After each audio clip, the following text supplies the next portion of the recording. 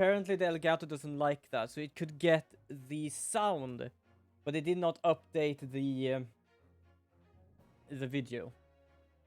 Also, I'm gonna give myself a full screen projection. There you go. I don't think I'm covering anything up here, which is good. Let's see here. I'll just continue. I don't know why I'm looking over there. I'm not just checking everything is all right. So as you probably can see, I have 2 different goals. Technically 3. I have follower goals as well, but you can find them in the... Technically, why don't I do that? Why don't I make an automatic one? Hold on. Hold on. I'm gonna do something here because I can. I have the power to do that. So I am just gonna add that. I'm gonna go in there. I'm gonna find... Where is Twitch? There's Twitch. Chat message. There we go. I'm gonna do... Whoops.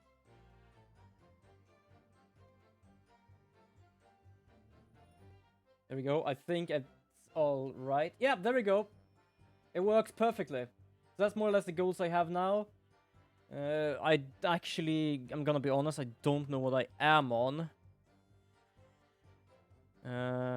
We have 4 more until the scary videos.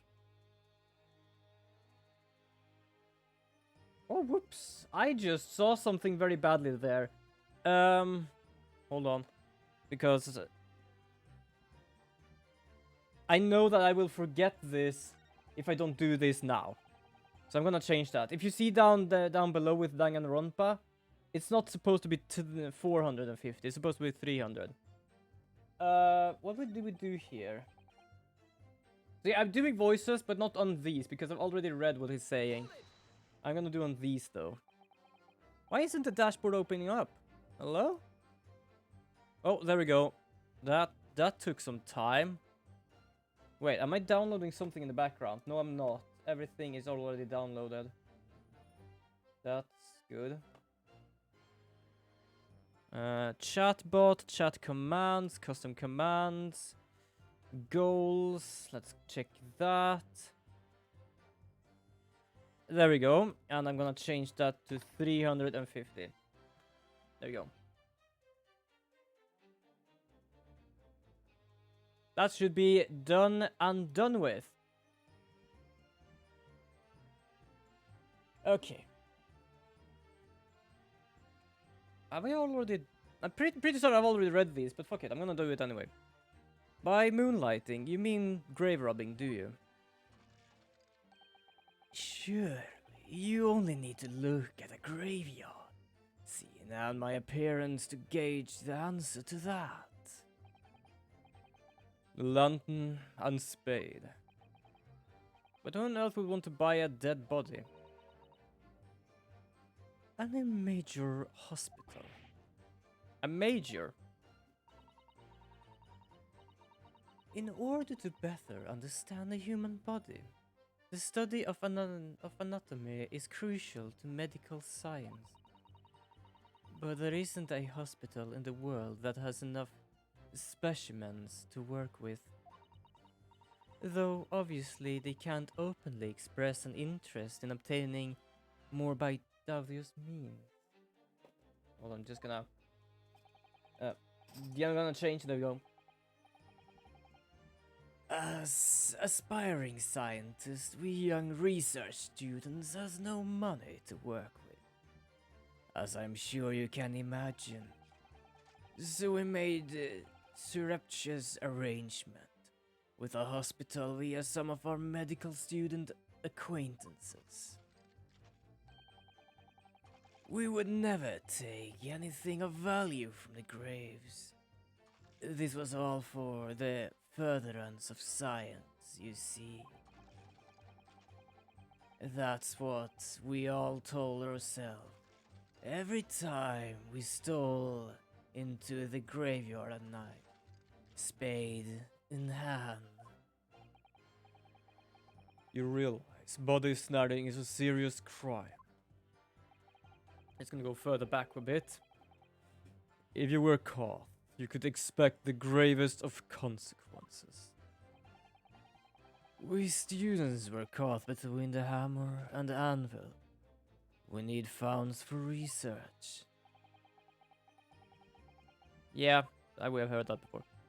I'm quite speechless about the apparent levity with which you reveal this aberrant behavior. Well, if you want to know why I was there at Lowgate Cemetery, that's the reason.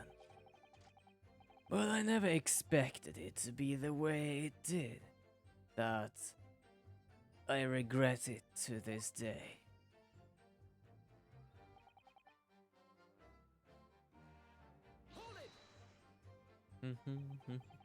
The strange happening at Lowgate Cemetery, which you now deny. Not entirely. I ran to fetch the police at the time, you know. I was shaking like a leaf. But I did not believe a word of it. In fact, I was very nearly arrested myself. So you went to the papers instead? I started big with London News, but unsurprisingly, they didn't want to know either. In the end, I thought it was reporters from the gossip rags, the gutter press, that came to get my story.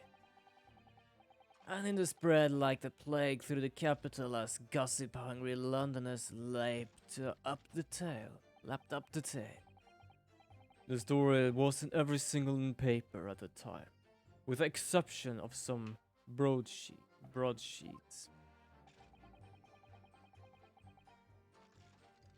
And yet, only 2 or 3 of them actually interview me personally. Most of the accounts turned out to be very interpretive ghost stories. What about that article in Daily Circus? That particular journalist found me at my dormitory. I don't know how, but he discovered my name.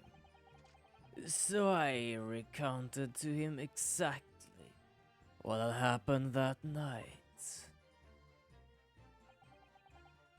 And from your description, he drew this illustration.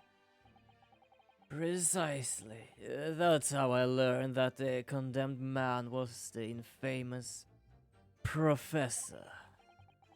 Because the reporter told me so. I had no idea myself, you see.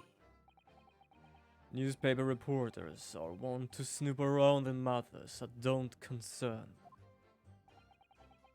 So that the scene portrayed in the illustrator is accurate, then.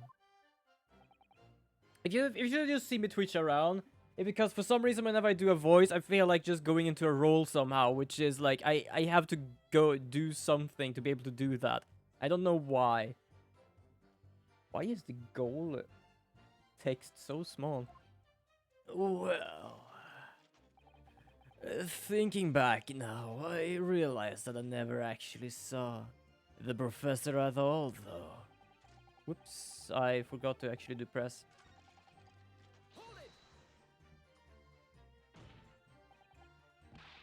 What are you talking about? I think I explained it already, didn't I? Lowgate Cemetery is at the rear of Barclay Prison. She was renowned amongst her students at the university for being haunted by the ghost of the inmates. For some absurd reason, I was scared of the graveyard at night. And as a result, only too willing to believe that nonsense about the dead coming back to life. But you said you actually saw it. I said what I had seen in my mind's eye. After all, resurrection is impossible, isn't it? You have to be unhinged to think otherwise. Unless, of course, You'd have some evidence to prove I encountered the professor that night.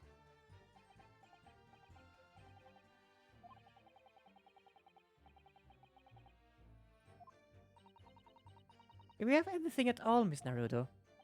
I know, you need to be present at all times. Presented it against the particularly backtracking statement of his. The point is, that night was a pivotal moment in my life. Okay, so I know I might actually fuck up this.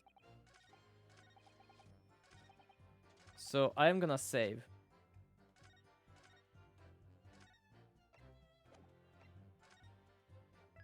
There we go. Because I'm gonna try something here. To prove he was there last night. Well, technically, the camera from the neck of the waxwork of Mr. Drebber in the special exhibit.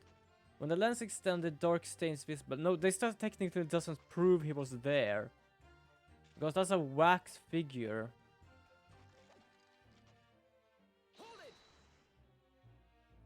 That might be a bad idea, actually.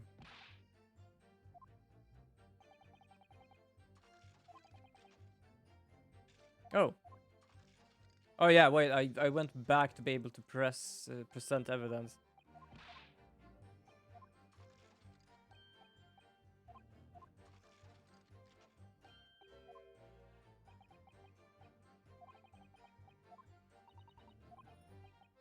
So you're just gonna have to go to the next one.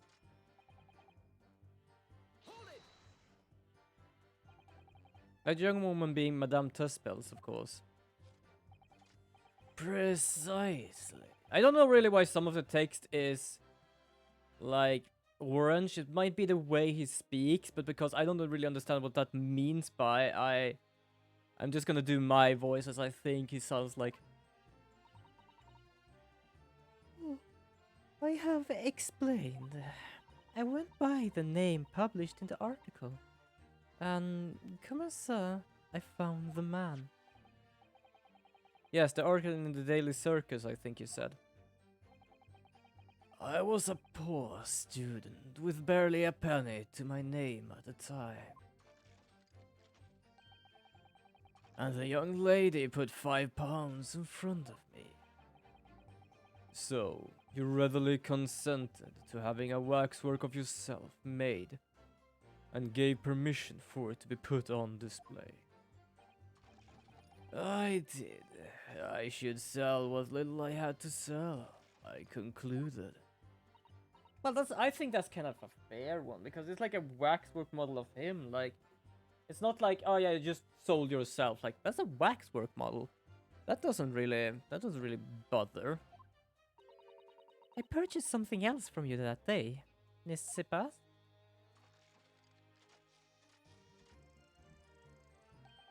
Did you?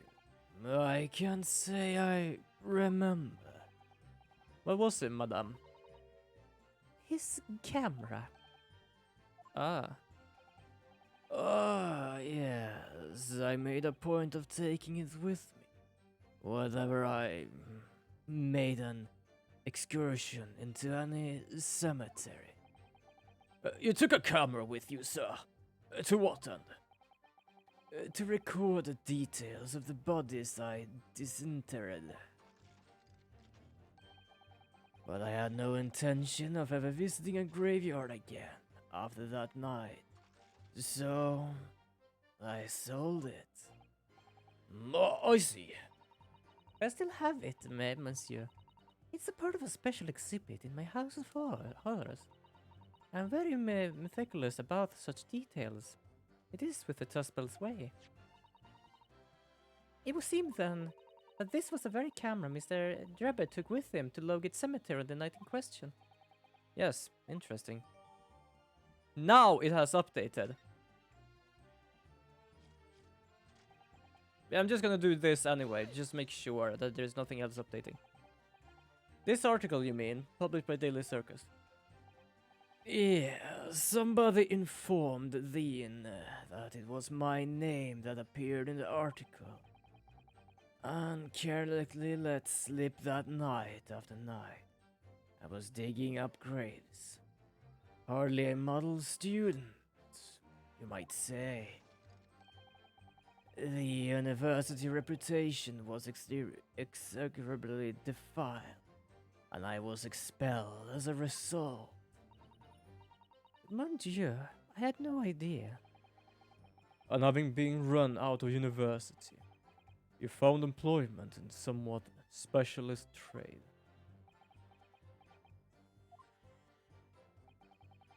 You combine your knowledge of science with knowledge of stage magic to create various experimental machines intended to demonstrate the never-before seen technology. And you use those deceptive machines to trick the government and the private investors into giving you money. Professor Albert Hermry was just a latest victim, wasn't he? Whatever are you talking about? I have no recollection of doing anything of the sort. Yeah, she says quiet for some reason.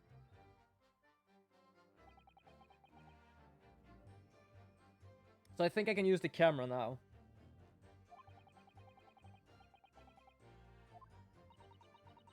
I wonder if perhaps it's because his circumstances have changed now. What circumstances? Well, if he admits of having seen Professor emerging alive from his grave 10 years ago, it would expose a secret in Dr. Scythe's past that she would desperately want to hide. Yes, of course. If Drebber and Scythe are working together now, then if Drebber were to betray her, there would be no reason for her to continue to cooperate. So you have to break Drebber to just let Scythe tell us everything.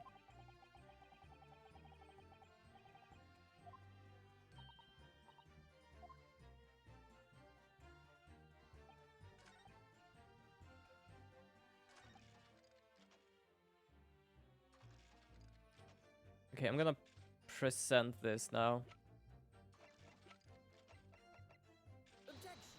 Oh, piss. Was it the wrong one? I think it might have been the wrong one. Oh, bollocks. Oh, right, I completely forgot. I forgot to do this. Shit. I opened it up to be able to announce on Discord that I'm live. I don't really have a Discord timer either. I'm gonna make another one. Wasn't this one?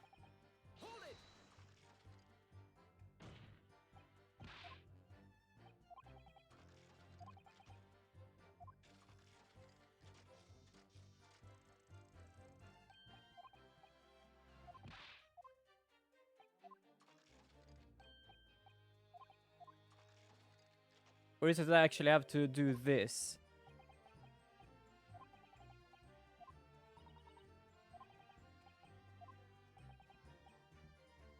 We need some evidence for something. Soon after, I was visited by a young woman who sculpted me from wax and then gave me idea of becoming a scientist, and it was all because of that newspaper article. The problem I have here is...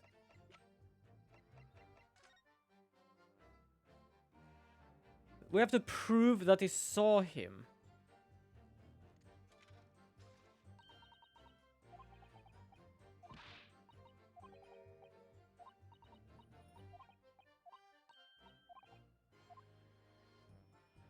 So we have this spot there. And when we have this here, but there is no plate.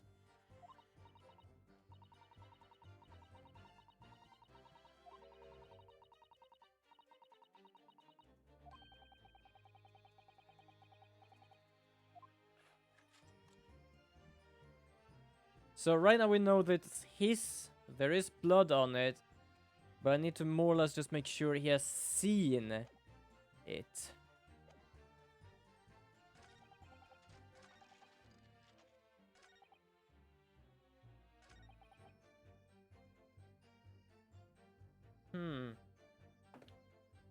So I'm a bit questioned about, so what do we have? right now we have... I'm gonna, like, we have all of the things back here, more or less. We've already proven this, that it fell downwards and not, like, upwards, like upside down. We know where this came from, which means that the wax model has been in the exhibit. This one I don't really know right now. This more or less proved that Courtney Stevens was the one that did the professor's autopsy. This talked about like the thing there, and this was the this thing. We haven't used this yet, but I believe we're gonna use it with the newspaper because it has the same sign. The only thing I can think of is this, but where? We have to like get the picture of him there. There was a reason I wasn't loyal seminary 10 years ago. Moonlighting, shall we say. Yes, the illustration was newspaper. It was based on what I witnessed that night. Well, it says as a witness. Thinking back now, I realize I never actually saw the professor at all. But if we do this, because it's literally like witnessed, it is gonna be wrong. I know it. Yeah. Because the song continues. I know it's gonna be that one because that updated. We already passed, like pressed everything here.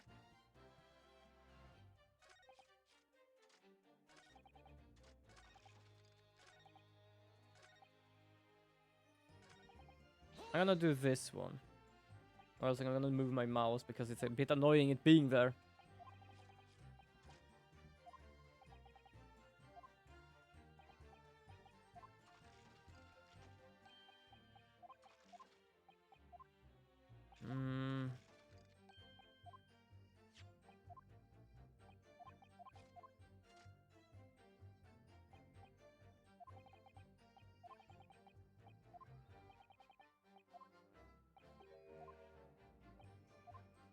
Okay.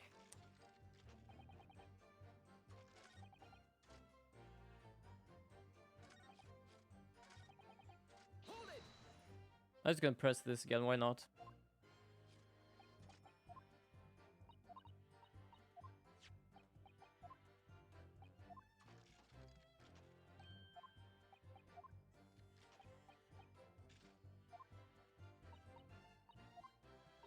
And now it's just mentioning the camera.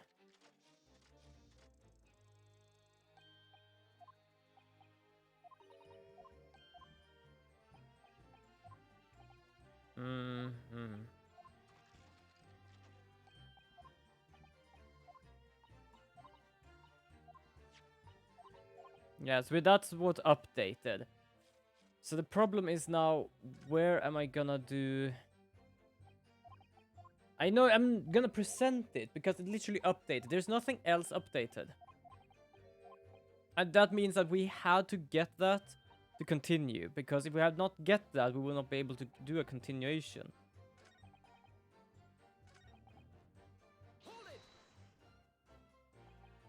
I don't know why I pressed him. I was about to say pressed, but that's technically in a way I did.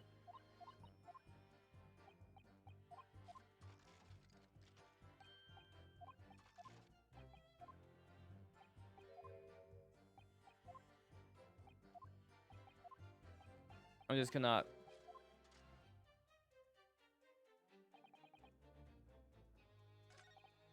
present it to everything here. I am like... no idea what's going on right now. That's often what happens whenever I end just by this minute here. Whenever in a cross-examination, I literally like, oh, what am I doing?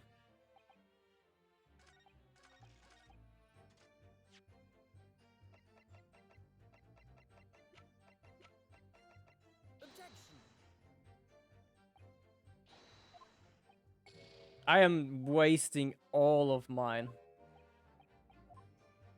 I am completely wrong probably, but I don't care right now. Because I've done that one, I've done that one, I've done that one, that one.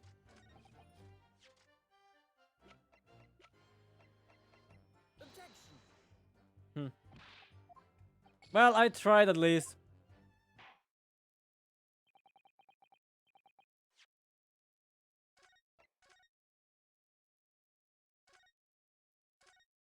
I have so many saves I kinda got lost there for a moment.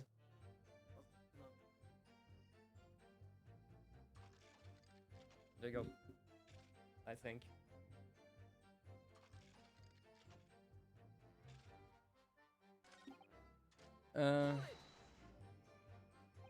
But, There's not a camera. Why did we update the camera then?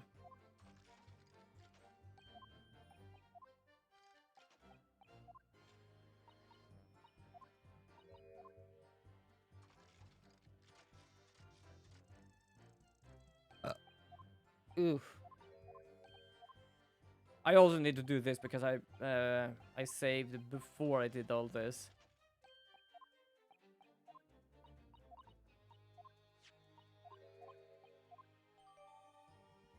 Oh.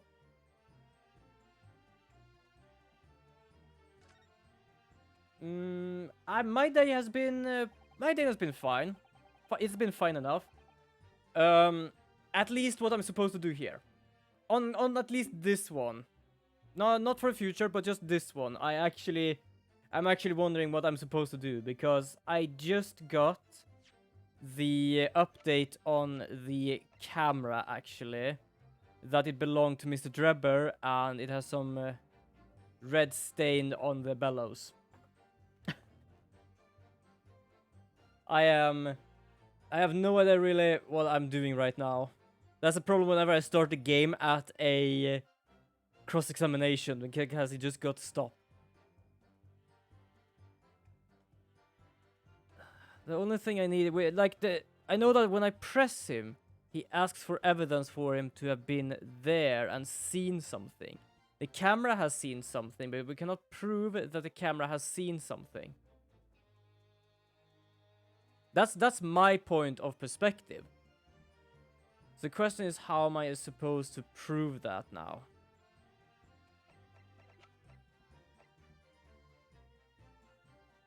Because he says this was based on his witness. But more or less what he said, I think. I could more or less present this to the guy when he says he did not see him. But I don't think that would help. It might help, but I don't know.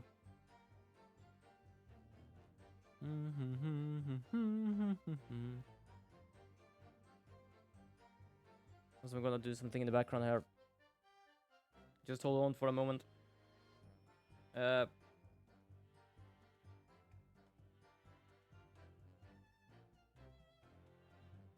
My brain is a bit half shut down.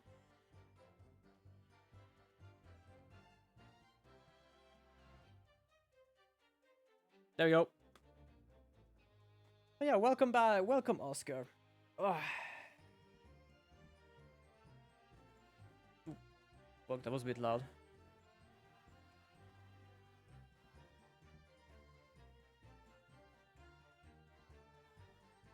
Oh. There we go. Am I gonna try present this? I don't know.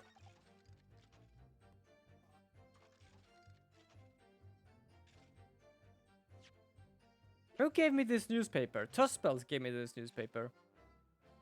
Objection. Okay, that was it.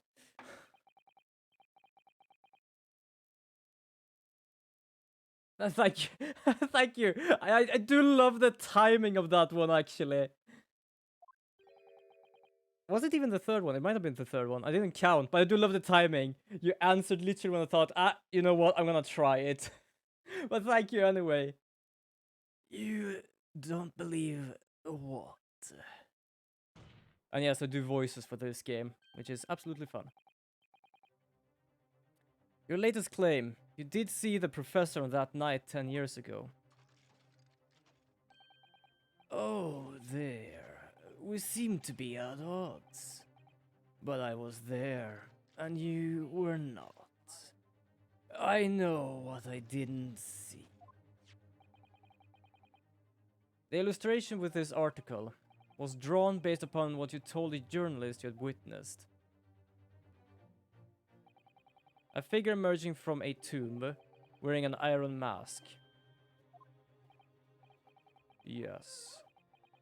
When the killer was tried 10 years ago, it was decided in the closed court ruling that a man will wear a mask to hide his identity. It wasn't to be removed even during his execution and subsequent burial. Not even the prisoner's wardens were to see the man's face. But obviously, the provision of this mask was not public knowledge. So, Mr. Drebber, as you just heard... Okay, so now I understand that part. The iron mask was never known to anyone. But somehow he knew about that. A lovely student of the University of London certainly wouldn't have known about the condemned man's mask. So unless you actually seen the professor that night, it's inconceivable that the artist would have included the mask in the illustration. Jesus.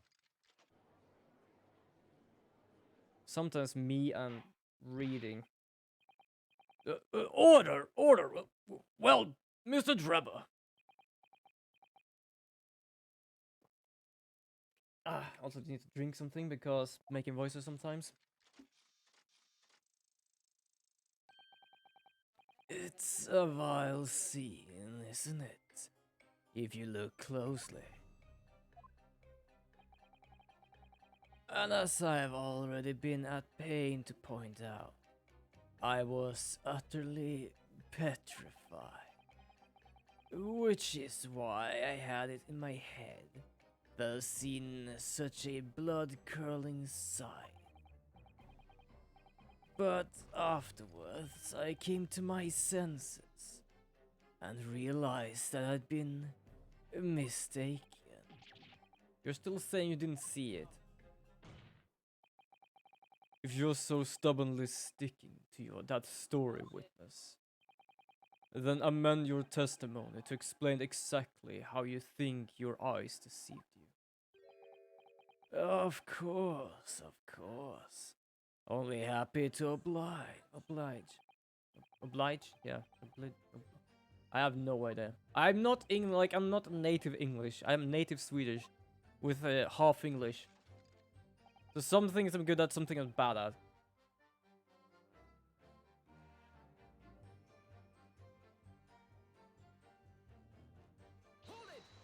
A fellow grave robber. A fellow grave robber. What are you talking about? Well, I wasn't the only one busy in the cemetery that night, you know. Other body snatchers were at work. Of course, when I saw one emerge from the hole he dug, my heart very nearly stopped. So that's the terrifying sight I actually saw, you see. You're claiming it was just another student on equally insalubrious business as yourself. Many of the medical students wear metal masks to protect them from bacteria during dissections. Clearly the fellow was using such a mask to protect his anonymity. Jesus. Wouldn't you say? Holy crap. But there's more to the story, isn't there? The article goes on to say, in the next second, a gunshot rang out suddenly from behind. The bullet pierced the resurrected man's chest, whose breath then stilled once more. We might assume that the sexton discovered the miscreants at work, perhaps, and fired upon them. If a gravedigger had shot someone in the cemetery, I think it might have been rather big news, my lord. But, yes, well... I can only assume it was an embellishment bolted on later by the reporter. She's working up something. She's working up a storm! Just lowering the sound a bit. What the fuck is that for, boss? Oh god. Okay.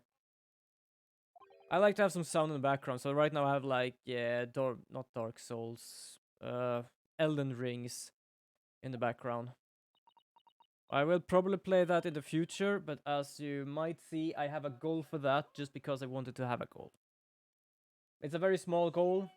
That's why, because it's something I actually do want to play a bit. But I just wanted to try out to have a goal, and I thought of the first best thing. The other is for when I play VR, because this microphone is very good, but only when it's towards me. So that's why I have that as a donation goal. So I can have a wireless sound transfer system, so I can have it on my body while you can hear me perfectly well. Then I have just some normal follow goals. There we go. I have fixed that with the 400. It says 350. So we're gonna see when we're gonna reach that. I've already managed to reach like 2 of them in one day or something.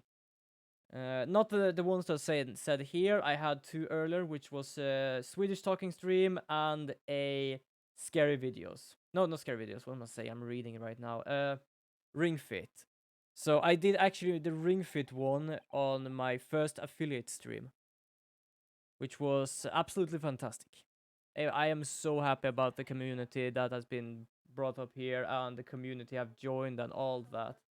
I absolutely love it. I love the people I have learned to know and I made friends with. So what was the significant here? I thought it was a little strange, that's all. How Monsieur Drebber could claim this now. If you don't mind me saying, madame, what are you talking about? And also, welcome, humble viewer, to the stream I'm holding here in our little corner, in our little kingdom in the corner of Twitch. My brain right now. Do grab yourself some snacks or something good to drink, and I do hope you enjoy the stream. Well, when I met you 10 years ago at your university dormitory, you recounted it to me that about your adventures in the cemetery, none? Including the gunshot. Stop. You might want to watch your tongue, you know. Objection! Have a care, Trevor. That's no way to speak to a lady. Yeah, he's about to lose it because he don't want to be pinned there about something going on here. But we do have now the camera with the blood, so that's good. Please, Madame Tuspels, carry on. Of course. According to what Monsieur Drebber told me at the time, he did hear a gunshot from behind him, and the bullet hit the condemned man. I said nothing of the sort. None. You're very explicit about the details. Ugh, words. About the mask the figure was wearing. And the blood that splattered over you when he was shot. Enough. Shut up, woman. You're making all this up. That will do. Mr. Drebber. Yes. You refute the account just given by Madame Tuspels. This we at least can prove. I have no recollection of ever saying those things. Come on, do you really expect us to believe that? Control yourself, counsel. I will not permit baseless accusations in my courtroom.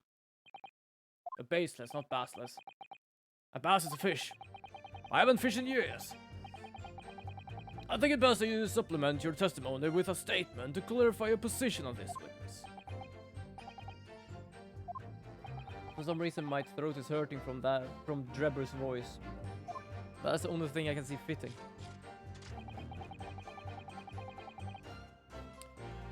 Well, now it is obvious. Because there is blood on this. Objection! That is an obvious one. Mr. Drebber, do you remember this camera? But that is the camera from the fateful night. Yes, we borrowed it in the House of Horrors. It's a camera you took with you to the cemetery that night, Mr. Drebber. Is that supposed to be significant? This kind of camera is rarely seen in our homeland, so my colleague and I were keen to examine it closely. We noticed that the lens extends forwards on the end of the bellows. Like this. Hold it! Yeah, he realized, just when we did that, he realized there's something on there. What's that? There. Just on the bellows. It looks like a dark red stain. Yeah, he shouldn't have sold his camera. That's right. It's rather conspicuous mark here on the bellows, in fact.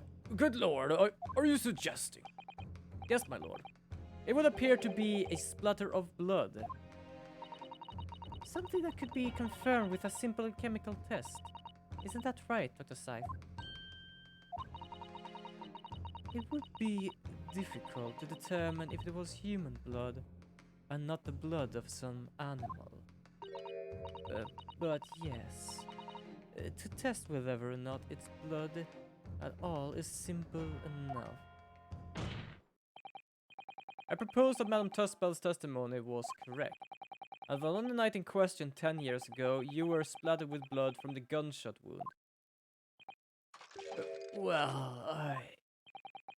And that furthermore, you really did witness the condemned professor emerging from his tomb.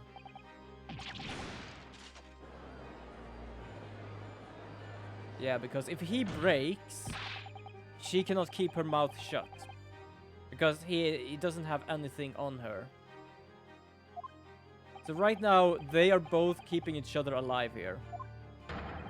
The problem is that if one is breaking, the other one have to as well. Well, have and have. It more or less means that the other one will break. And, well, she would probably not just go alone into the grave, if we say so. Objection!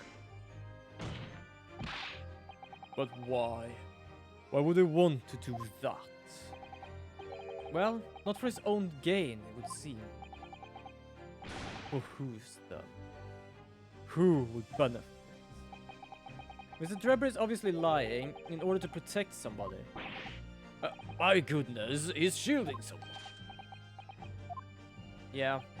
Yes, my lord. And clearly, it's someone who doesn't want the truth about the professor coming back to life to be exposed. Well, counsel, who is it then? Who is this witness trying to protect by lying about what he saw that night? Take that! The obvious answer is Dr. Scythe. Scythe. Whatever do you mean? I think she's just walking with this, because as long as we cannot prove it, she doesn't need to say anything. But if we manage to break him by this, it means that she doesn't have... It was already, like, revealed. And she would be able to reveal his secret. And that's why he is freaked out. Imagine if the convicted who'd been sentenced to death was not in fact killed. Imagine if that was to come to light. What are you insinuating? And imagine if the convict in question was the country's most hated mass murderer. If it was the professor. That would be unprecedented scandal. Objection! This is beyond a joke. Need I point out that the dead cannot come back? What you suggesting would mean that the execution never actually happened. Yes, exactly what it would mean. Objection! Once a man is sent to the gallows, he hangs. No one could escape. Not in Great Britain. Objection! But the fact is, there was a witness to the fact that the man did escape his hanging.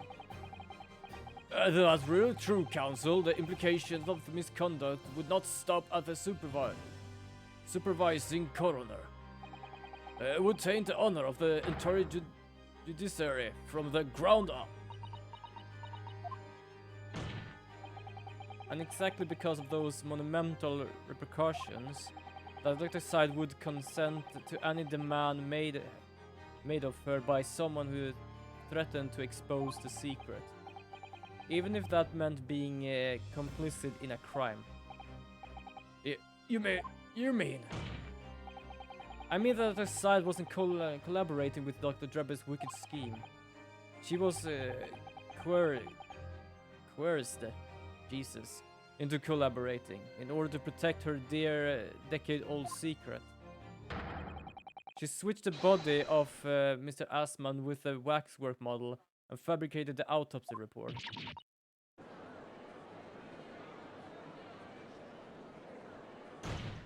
Boot! I do actually do enjoy the boot as well. Unfortunately, Turtle Girl is not here to see the boot. Pray forgive my freshly filled hallowed chalice,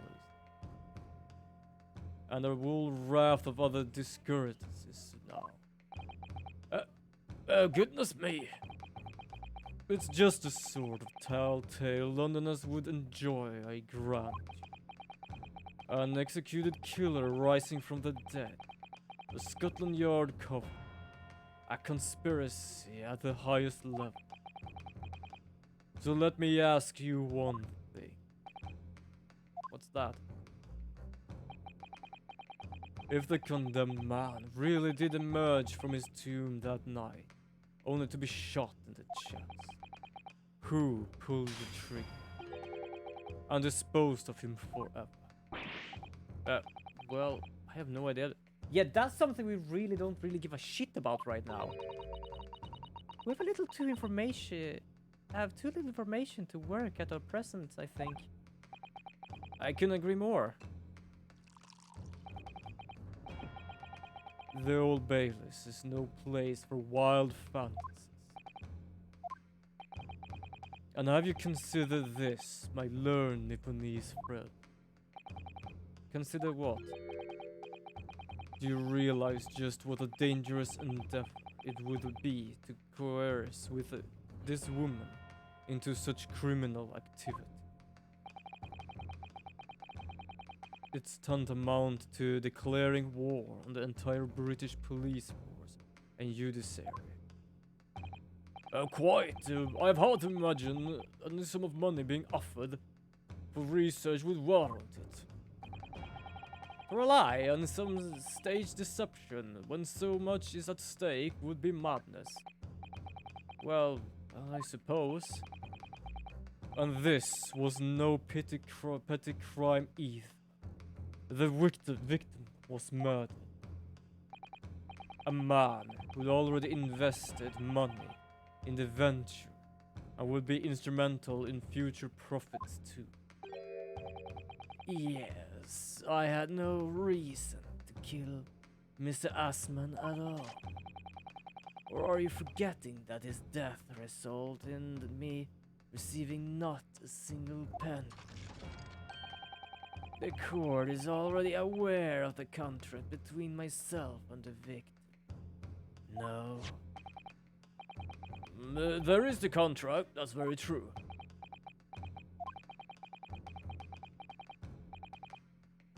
It does. It's vengeance. Using the threats to force the head of the forensic investigation team to cooperate is extreme. Especially for the government grant he had no guarantee of receiving in the first place. If the researching grant was the aim, taking Mr. Asman's life would have made no sense anyway. Which means Dr. Drebber's motive wasn't money at all. He was just trying to kill Mr. Asman.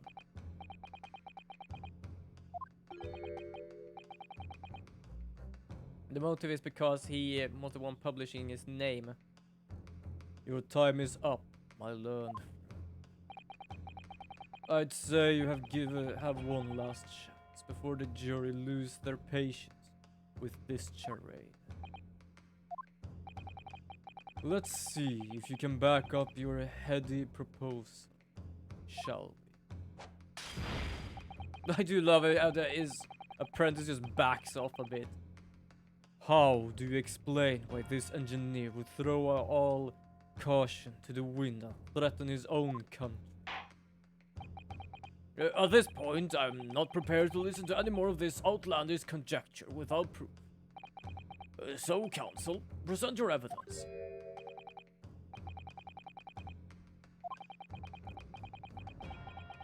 I know the connection. It's a newspaper. Yeah, I know exactly which two. If it says two, it's obvious. The evidence establishes motive explained with witness. There we go.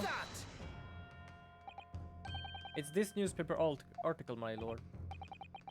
That was written 10 years ago, and every detail has been examined already. What can it possibly tell us? That drivel should never have been written. It's typical gutter press nonsense. That means nothing. Yes, on its own, it's not particularly significant. However, when considered alongside another piece of evidence I believe Mr. Drebber actually gave us, he just ripped himself, more or less. You completely explained your motive of wanting to Mr. Assman dead. What other evidence? Counsel, you will present your supplementary evidence without delay. The evidence, which were, when cross-referenced with the newspaper article, established motive. Take that! Is this contract, my lord? Mr. Drebber, this is the contract you signed with Mr. Assman. Yes, that's right. The very document, in fact. That proves I had no reason to kill the man. No, I'm afraid not. What? There is something very significant with this newspaper article and the contract have in common. Really? And it's that common link that shows very clearly why you were determined to kill Mr. Odios Assman. It seems that the defense has uncovered something the rest of us has missed. So, my learned friend, point out these two pieces of evidence has in common. Where exactly is the link between this newspaper article and the contract? Take that! The name. What these two newspaper pieces of evidence have in common is a signature. A signature? Hold on, I'm just gonna scratch my forehead a bit. The signature on the illustration that accompanies the 10-year-old article and the signature on the contract belongs to the same person. What?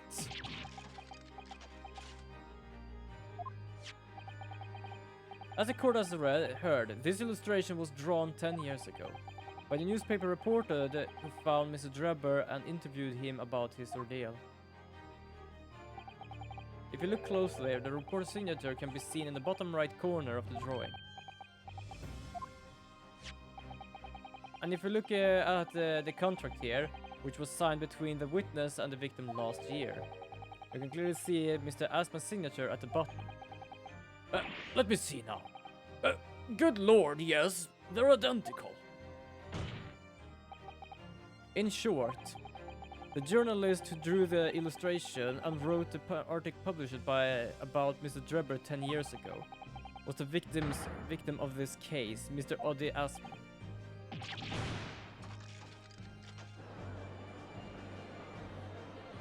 Objection!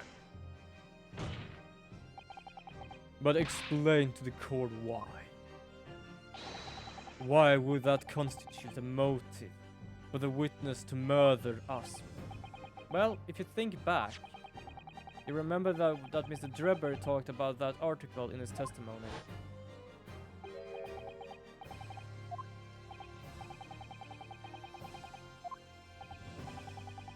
Yeah, that's big.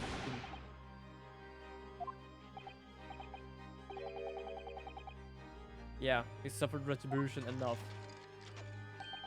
The Daily Circus eventually unearthed my name and put it in print.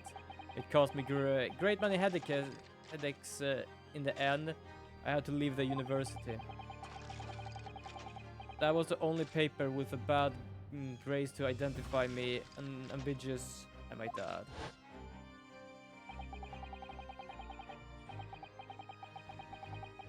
Yes, he's not talking anything good about the newspaper ever. He has a grudge on whoever wrote that. At the time, you were a student of the University of London who dreamt of becoming a scientist. However, this single newspaper article changed your entire life. So, Mr. Asman used to be a newspaper journalist, did he? He did, my lord. In fact, it's widely held belief that Asman managed to position himself at the heart of his criminal network, thanks to the many dubious connections he made during his time as a reporter.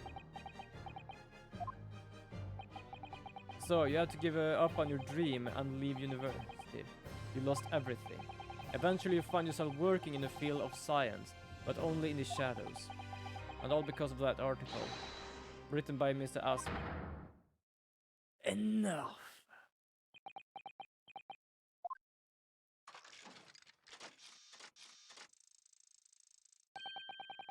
Stop this endless drivel about my life.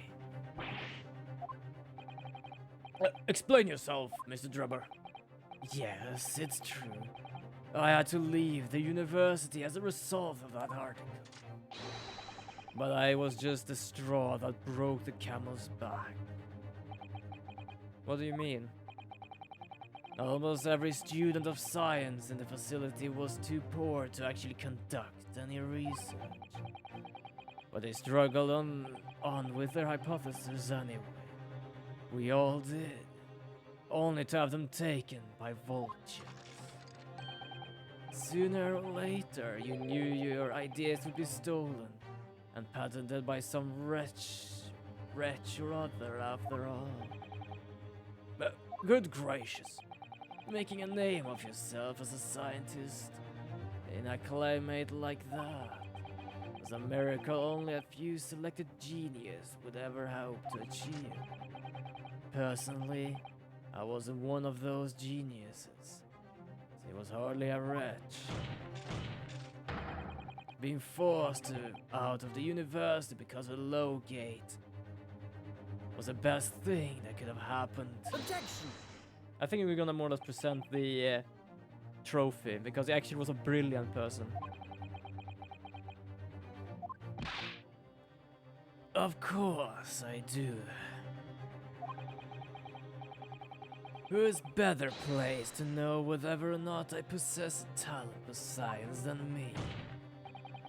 I'm sorry to say that your words don't ring true at all. How dare you? And I have evidence to prove it.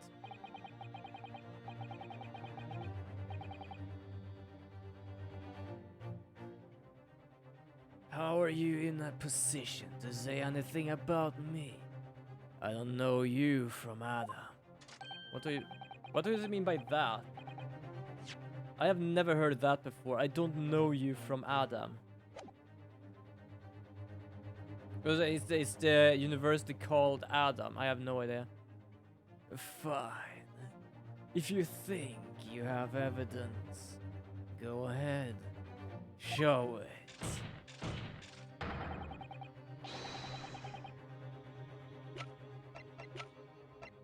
Take that! Do you remember this, Mr. Drebber? We found it at your workshop. Is that a Royal Society trophy for excellence in science? What exactly is this trophy, Council? It's the greatest honor that can be bestowed on a young scientist, my lord.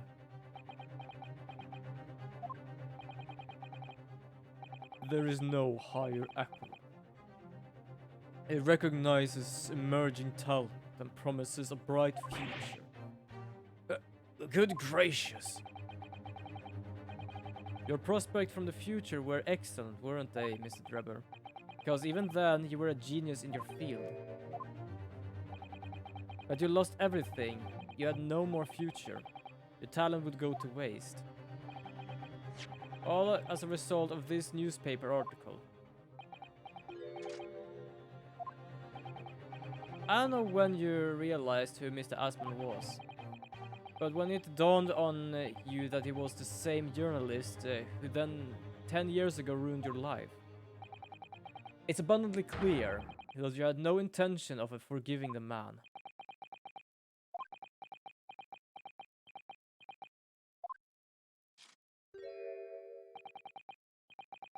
The truth is...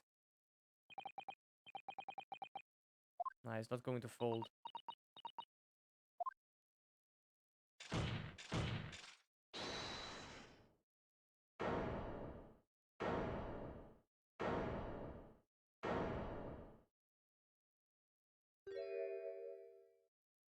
She actually stopped him. Fine. Clearly this has run its course now. What? I admit it. All of it. What? What are you doing? It's exactly as the Japanese man said. I was coerced into going along with this man's plot to murder the victim, on the condition that he kept my dirty secrets from 10 years ago. No. Good lord! I cannot really do that long, so I'm just gonna be a short lord. Dr. Scythe, do you realize what you're saying, woman? It's all true. That day, when I arrived at the Crystal Tower and saw the birdcage, my heart nearly stopped beating.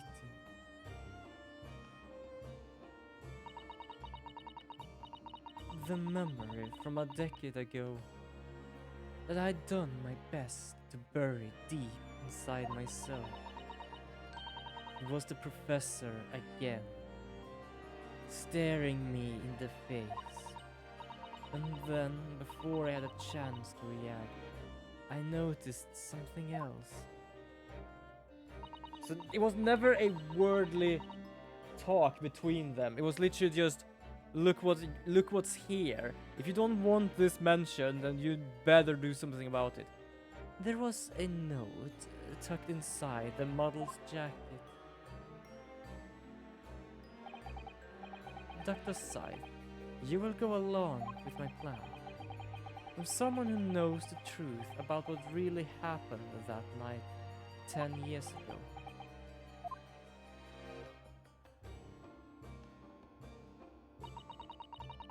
All the instructions were there on the note. Every detail was meticulously written out. I had no choice but to do what it said. I made the necessary alterations to the scene and fabricated the autopsy report as instructed. There was really no other choice. I had to be done by protect the judiciary. I can only apologize now. Holy crap, we broke open something. Well, we did, as they say, open up Pandora's box. Hopefully, the first thing popping out is the butterfly and not the goddamn demons. Why on earth would you buckle now? Well, there is no point trying to hide it anymore, is there? I would have done anything to stop it coming out, even collaborate in a murder. But the great lie is about that execution 10 years ago has been exposed. Whatever happens, I'm finished.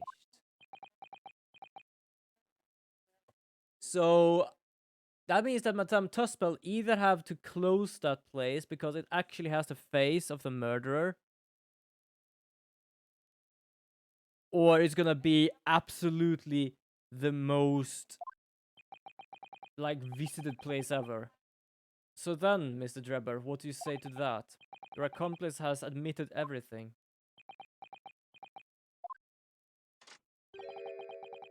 Surely it goes without saying.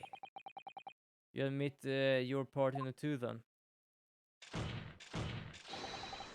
I admit nothing. At all. What? Have you forgotten that the Canes's machine was ripped to shreds by an explosion? Short of me admitting to a crime, there's really no possible way for you to prove it did anything wrong. I did anything wrong, sorry.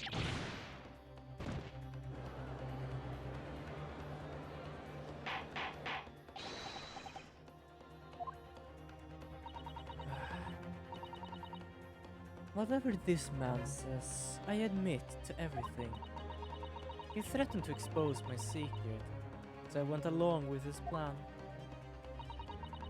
And Lord Van Seeks. Yes. I hope you'll accept my apologies. What happens next is in your hands, of course. Is she gonna murder him or something?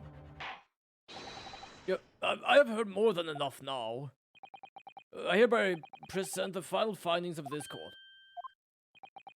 This trial is not the proper forum in which to pursue the alleged wrongdoings of Mr. Drebber. The defendant is Professor Albert Harebrain. Very true. It had slipped my mind. Isn't he one of your closest friends? As the court has heard, Dr. Scythe has admitted to the allegations brought by the defense, thereby absolving the defendant of all any possible guilt. You mean... At the present time, it is the conclusion of this court that the defendant was not involved in any wrongdoing. Does the prosecution have any objections? I'm gonna be honest, I kinda lost track of what the fuck is going on right now. None, my lord. Did we actually win? It didn't sound like we won. Without further ado then the adjudication. Unless the prosecution or the defense have other matters to discuss. Okay, so what I understand is we have to prove if it was wrong or right. If he actually did kill the man or not. We have proven the man didn't kill him, which means that he is innocent. And for somewhat now we're just going out of this because we are not looking forward for... Aren't we supposed to find the guy's murder or something? What the fuck is going on? I don't know. This doesn't feel quite right. Why did Dr. Scythe suddenly admit to it like that? Is everything alright, Miss Naruto? Like you said before, the way the trial is set to end now, the judge will certainly deliver a verdict of not guilty. But is that really what we want? What the defense should be pushing for now is...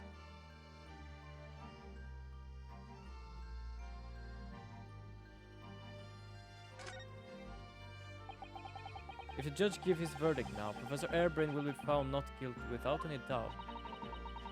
Okay, so I'm gonna apparently just press for this.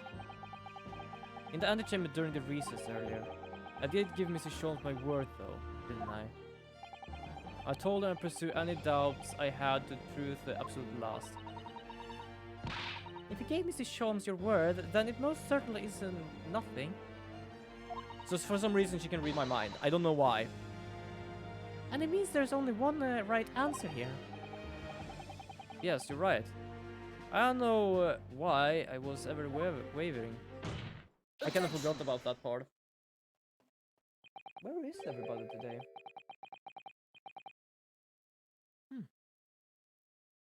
No idea.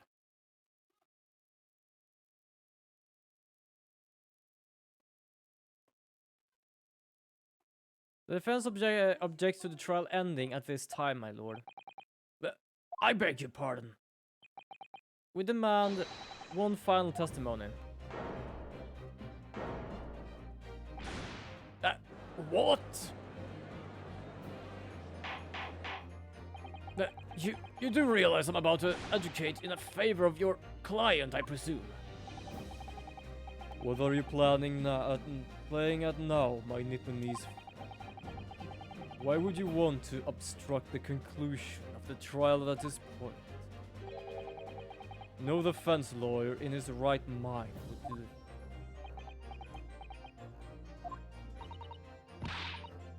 What exactly are you thinking?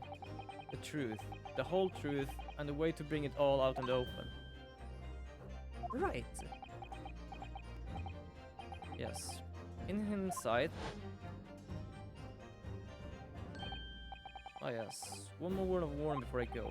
If, in the course of the trial this afternoon, you perceive even a shadow of doubt about the truth, don't let it out of your sight. Pursue it like a dog with a bone. To the bitter end, you understand. Do not falter whatever you may come to pass.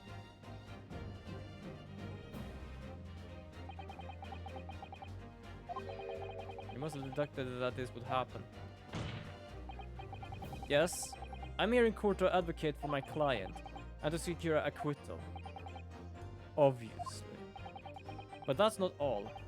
I believe that I have a duty to the court to pursue the whole truth of the case until the very last detail is laid there.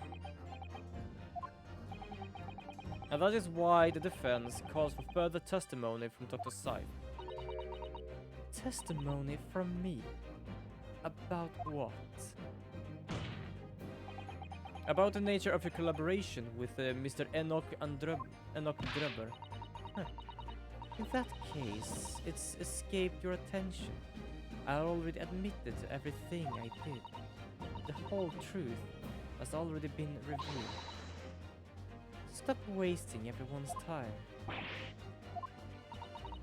As his lordship made very plain, your client will be getting the acquittal you wanted for him.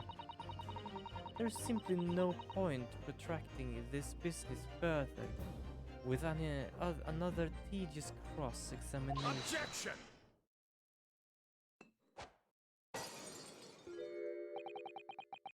Pray forgiveness, my careless handling of that hallowed bottle. I slipped. Wait, did he do that just to like stop her from talking?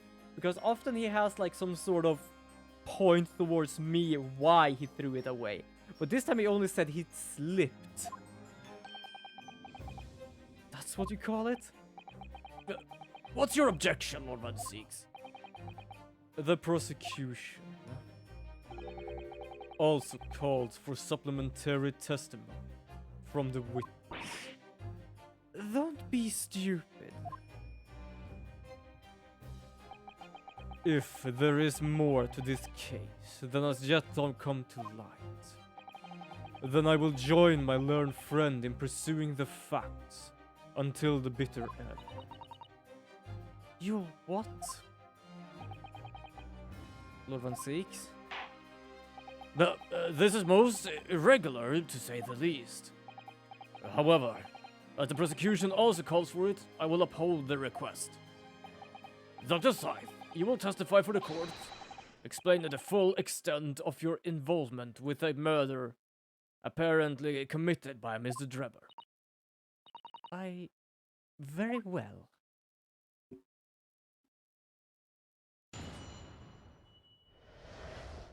This is getting intriguing. It all began at the scene when I saw the waxwork and the note tucked inside his jacket. The actual body of the victim, as indicated in the note's instructions, was beneath the experimentation stage. The body had been arranged in certain ways to implicate the defendant, which was my job. I enlisted the help of the entire forensic investigation team to dress the scene appropriately. The truth about execution 10 years ago is a state secret of the highest level. I had to protect it. Fascinating. So I was right. The stage and the machine were all specially designed for deception. So it seems. And all meticulously prepared. You did well to see through it. You're a very shrewd boy. So kind of you to say. And what about the autopsy report then? All I did was record the location of the body as being the Crystal Tower instead of under the stage. That's all. That's a terrible corruption. Only my team were aware of the deceit, and then only under my explicit instructions. Nobody else at Scotland Yard knew anything about it, I assure you. We must be thankful for smart mercies, I suppose. Well, I believe that testimony has clarified everything. There's no particular need for a cross-examination, I would say. No, I disagree. I can't shake the feeling that there's something wrong. Just look at that expression on Dr. Site's face. Is the defense right to cross-examine any witness following testimony? What is it about you Japanese that makes you all so doggedly persistent? Very well. If you desire, counsel, proceed with the cross-examination. What exactly were we going through here?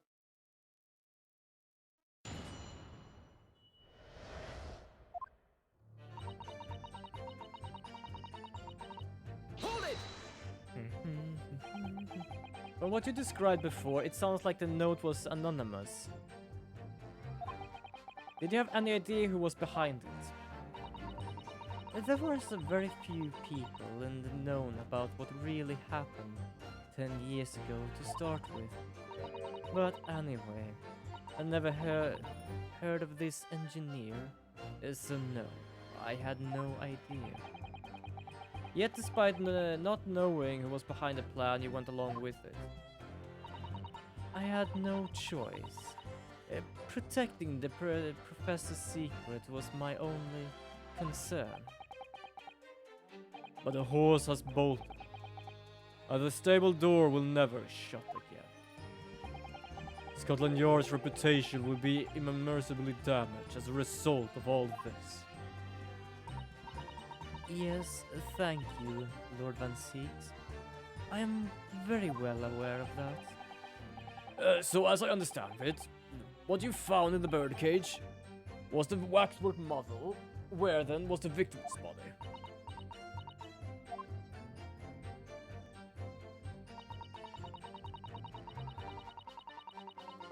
Hold it! So you knew about the special construction of the stage used to carry on the trick then? It was quite obvious what had happened with the victim and the waxwork. And you switched the two over, didn't you? In other words, you recorded the victim's body as having been discovered in the Crystal Tower, and the waxwork, I wrapped it and sent it by carriage to the specified address at the specified time. And why were you given such directions? Presumably so it could be recovered by Dr. Drebber and returned to Madame Tussauds.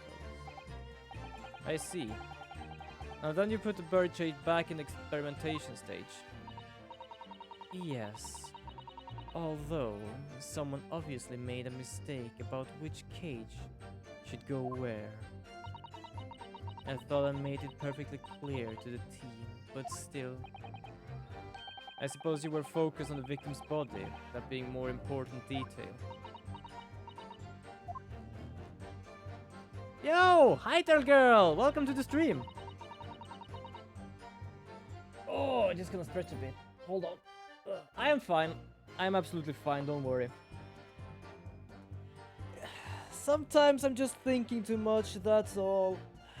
It's as my father says, sometimes I'm thinking too much. But it's also, as my mother said this morning when she called me just to check upon me, that everyone in the family is like that. My father is worried, my mother can be worried, my sister can be worried, and I can absolutely agree. So that's just me. I'm being worried about shit stuff. But I do actually feel that sometimes, just because of some things, I keep other things tucked away. So I am gonna try and add another day, and that's why I more or less made the new schedule. It's still a question mark, because I'm not fully aware of how I'm really gonna do that, but I believe I'm gonna do a Sunday one. But I'm fine. How are you, by the way? How are you, Turtle? I hope you have a good evening as well. Hold it! Also, you missed the boot. Lord Van Six has already used the boot this time. When you say arrange, I presume you mean with this. Yes. The instruction is in the engineer's note said something along the lines of fabricate some evidence to make it clear that Hairbrain alone could have killed Asman. Yeah, I made it yesterday. It is the same image as on my schedule, because I kind of like that, and more or less it's like an OC character I more or less have halfly made. It's kind of tucked in within that, so for some reason I really do enjoy that, so that's why I changed it. So I actually kind of like it. I kind of like that little image. It works very good when it's very small, and when you look closer to it, it actually kind of works well as well. So I did change it yesterday when I did my schedule. Alone, Doctor. I didn't feel it would be appropriate to involve anybody else in that particular part of the deception. So right now, Mr. Hairbrain is actually free to go, but something about Miss Scythe just speaking out of her own mind and coming clean with what happened, more or less felt something was wrong. And because Sholmes told us to continue going forward with whatever is happening, we're actually continuing with this. So right now we are more or less just questioning her. And even Van Six actually wanted to join in. He wanted to know what's going on here. There was a void under the stage where I found the birdcage lying in the dirt.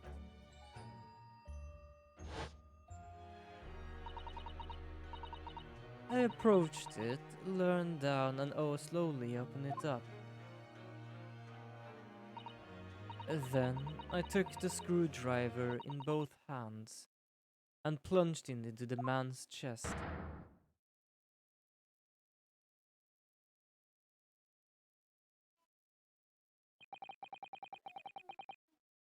And then you notice that in your fake autopsy report, as a fictitious cause of death. Exactly. So, the actual cause of death was the trauma resulting from the 30-foot drop. My word. What is it, Mr. Sato? Something about the Dr. Scythe's last statement. It's playing on my mind, that's all. It might be that it actually just, like, it went downwards. So, how he actually managed to get force trauma on his neck is odd. Because everyone has said it fall with a head first, and that's why he has force trauma to his neck. But it actually was the legs first. Yes, mine too. Dr. Scythe.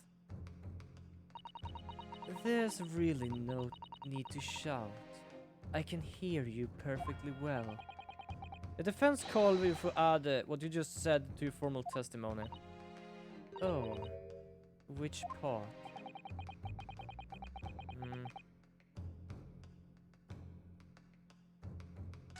The real cause of death. The real cause of death being the fall from 30 feet. Because what she did, she literally did it. But the 30 feet and the neck breaking is a bit odd. The prosecution concurs. Very well. You will supplement your testimony now, witness. If you wish, my lord. Also, it is the 29th, so I believe it's early. It is 1 hour early now for Gani. But it might have been that they fallen asleep. No, wait, didn't he say he has a lot to do recently? Yeah, that might have been it. I remember saying that there was some time there was going to be a lot of things going on. Hold it! I just came to figure that out, that the time changed yesterday. That might be why I'm being so tired. Also, I woke up much earlier today. Schoolwork. You're quite sure about that it was a result of a broken neck? Yeah, I kind of forgot about that as well, but that's mostly because my clocks are automatic. So it's like no real need to change, if we say so. So that's probably why. Yes, as a professional, that was more than apparent. You never know by looking at the photograph of the victim though, wouldn't you? No, that's very true. Obviously not. Which is precisely why coroners are need to determine the actual facts. Yes, assuming they can be trusted.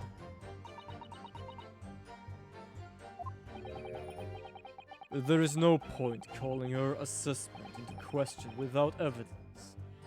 Let's go back to the testimony. Very well.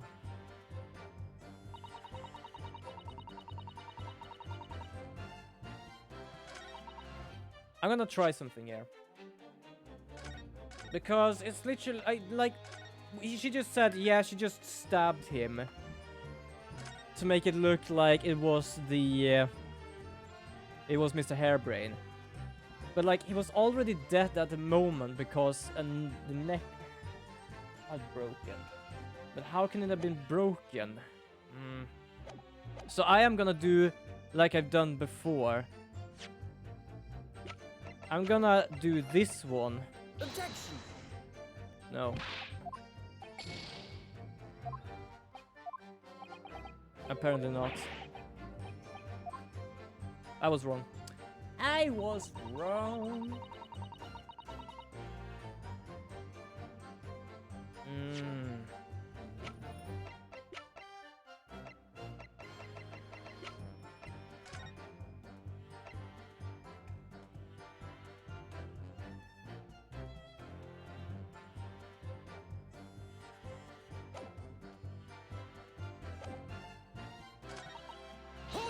I'm gonna check this.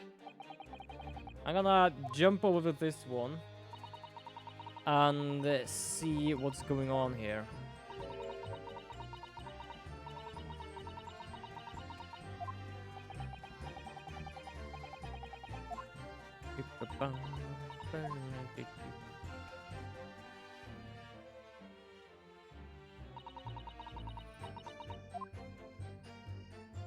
Yeah, she had that in hand, and I took the screwdriver in both hands and plunged into his chest.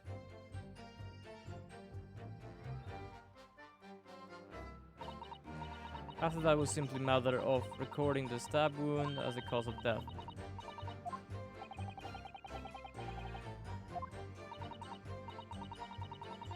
The question is what?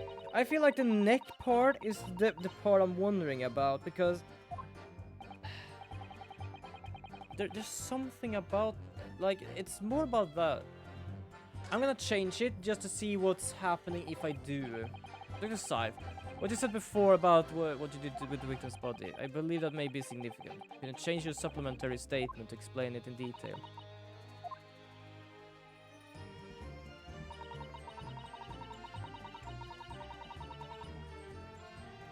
Let's press this time and see what she says about that. So it was you who stabbed Mr. Asman with this. Yes. far easier than dissection, I assure you. No precision required. I would say harder than dissection, because in dissection you actually have sharp weapons, sharp knives and stuff. This is like, it's used for screws, it's not that sharp. You need more force to it. The victim died instantly from a snapped neck. All I did was carry out the instruction I'd been given. Not as unflinchingly as ever, no doubt. I imagined you didn't bat an eyelid when you drove the weapon into his body. There was no need to bat my eyelids. And what else did you do to twist the facts?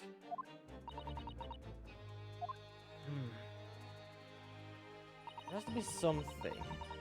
So we either had the snap neck was first and the stab was secondary. So what can we find with that?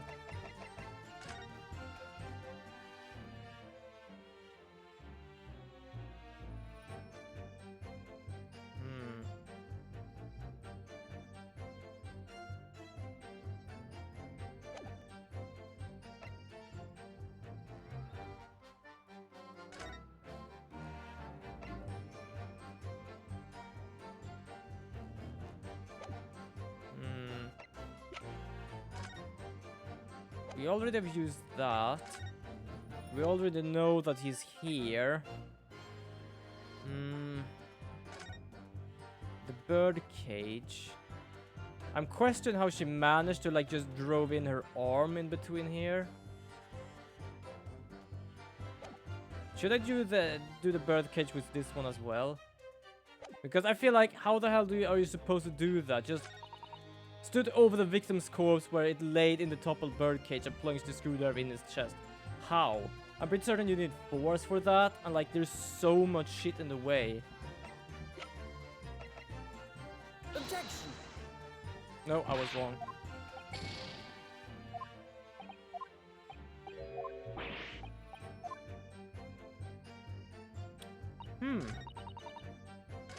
Which one is it then, and what exactly am I missing? There was a fall, 30 feet, that's correct. This is the professor, that doesn't matter.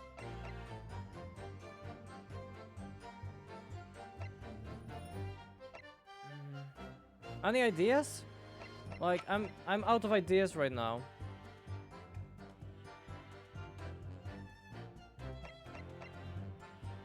I'm trying to figure out, but because he was stabbed and his neck was snapped, so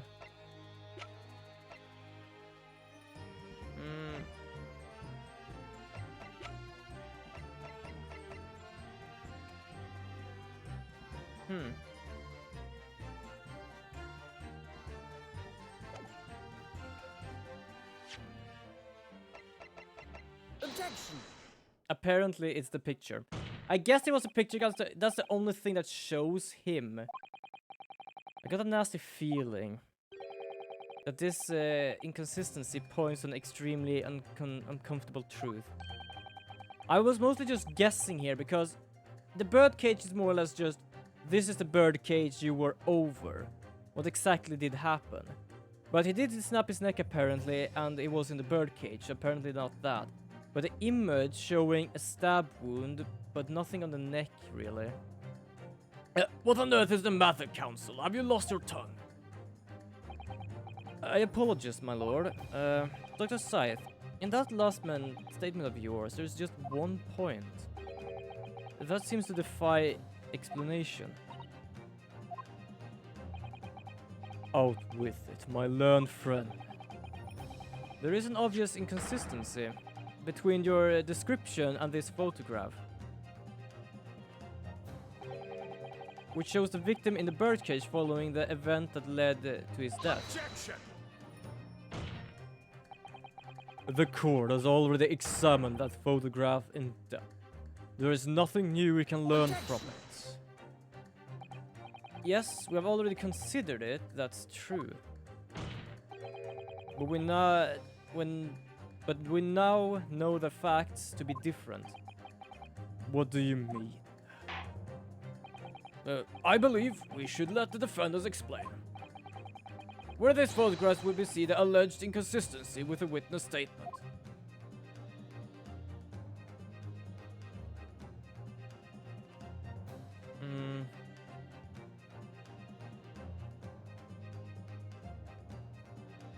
I'm just gonna fucking do here, because that's the only thing poking out. Look closely at the blood stain on the victim's chest. It clearly extends in a downwards direction towards the man's feet. Oh, I didn't actually realize that. What the fuck? Wait, hold on. It actually does. It actually does. Huh. But when did he get stabbed then? Why is that significant, Counsel? If the victim was stabbed moments before the kinesis machine was set in motion, entirely... Oh. If the victim was stabbed moments before the kinesis machine was set in motion, that's entirely expected. Of course, no. That's not what happened. Exactly, my lord. Dr. Scythe made it very clear in her testimony just now that the point at which they sold Professor Harebrain's screwdriver and stabbed the victim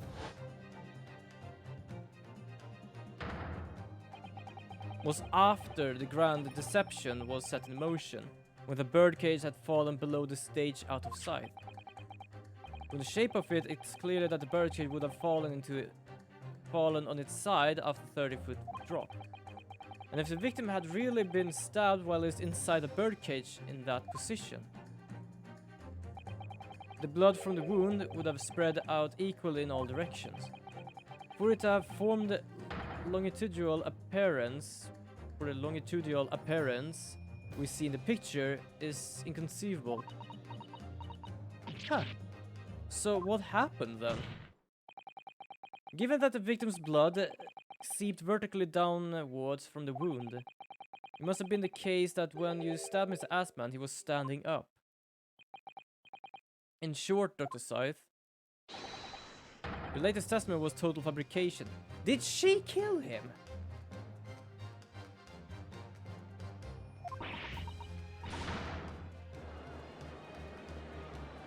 Huh? Wait, That was right. Now we identified what contradiction. There's only one way to explain the facts. We've all been under great misapprehension here. What? What sort of misapprehension? Dr. Scythe, you claim you were coerced into helping Mr. Drebber as a result of a note he left at the waxwork. You claim that you made changes to the scene of the crime to implicate the defendant. And you claim that you authored a fake autopsy report to cover your tracks. But one of those claims is an out-and-out lie. Because the question of the bloodstain really tells us has only one possible answer. If that's the case, what is it, man? Counsel, you clearly struck upon a revelation. Now tell the court what it is. Which part of Dr. Scythe's story is shown to be a lie by the contradiction in her testimony?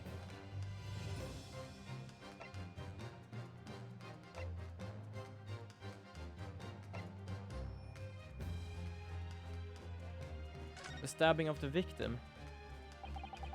The answer is very simple if you consider the sequence of events. If when the victim was stabbed, the blood from the wound seeped downwards as it did, we can be sure that the victim must have been either sitting or standing upright at the time. But as you rightly pointed out, the birdcage would have fallen on its side when it fell beneath the stage. Yes, it would, which tells us that the victim would have been in a position of his own accord. Objection! That's impossible. The man was dead, remember. No, that's the misapprehension. Yeah, because I'm pretty certain she said it's very difficult to see if you're not like have already been thought about it. When the birdcage fell from the stage in the void below, it must have hit the ground with considerable force.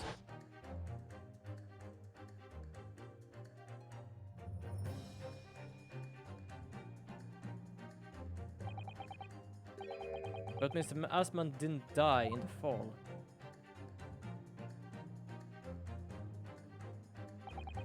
He probably lost consciousness for a while, but when he came around, he got to his feet and climbed out the cage. Just as Dr. Scythe appeared.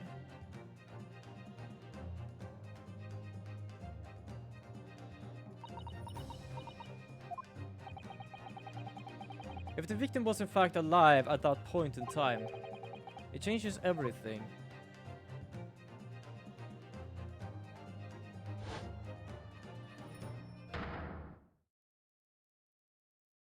Holy shit.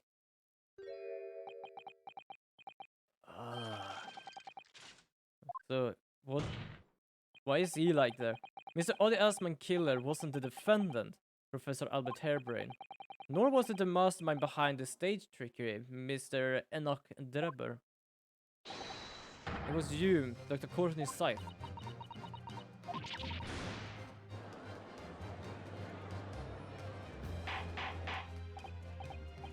Because the problem was that she had to do what he said, or else the truth would come out. But if the man was alive, that meant that even if she would like let him go, the truth would come out anyway. So she needed to kill him no matter what. Order, order! Can this possibly be true? Have you been taking me for a fool? But you was it who killed him. You hope that by admitting to be an accomplice in Mr. Drebber's coup, the trial would end, before you were accused of a far worse crime. Cold-blooded murder. Oh, do shut up. You're so desperate now, you're making all this up. As if I would do something like that. Oh. I assure you that the defense is not desperate, Doctor. Ms. Naruda has established the facts using evidence and logic alone. Logic. Don't make me laugh. Sadly, your logic has a gaping hole in it. What do you mean?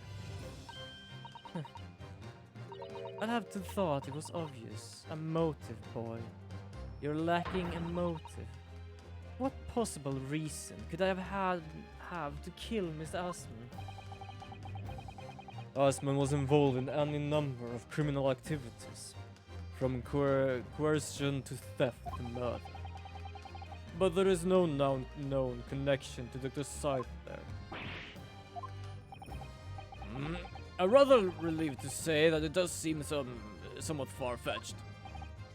True, there's no obvious motive. There is still something in the back of my mind. I feel sure I've seen something somewhere that hints at why the coroner might have done this. Where?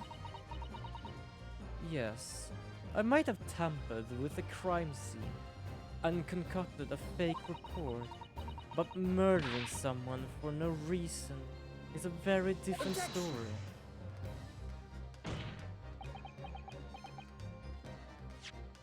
I'm gonna check some stuff here.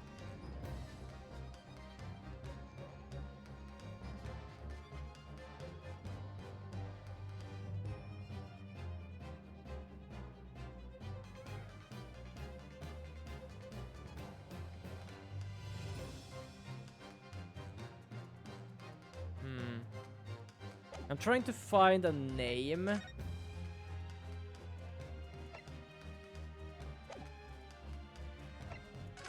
Somewhere. Because it's as I said, I've seen something somewhere. But where?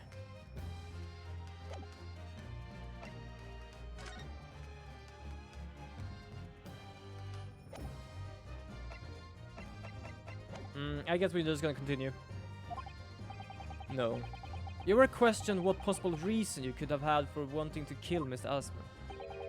Something did come to mind. What? What was it, Council? Enlighten the court at once. I'm gonna save it because I believe I am the one that actually has to do, more or less be precise.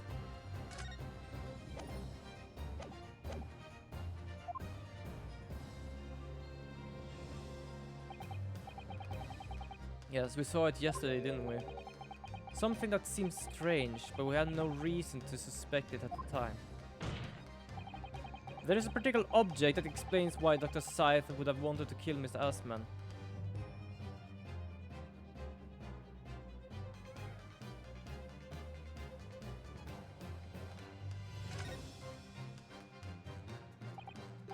It's the Iron Mask.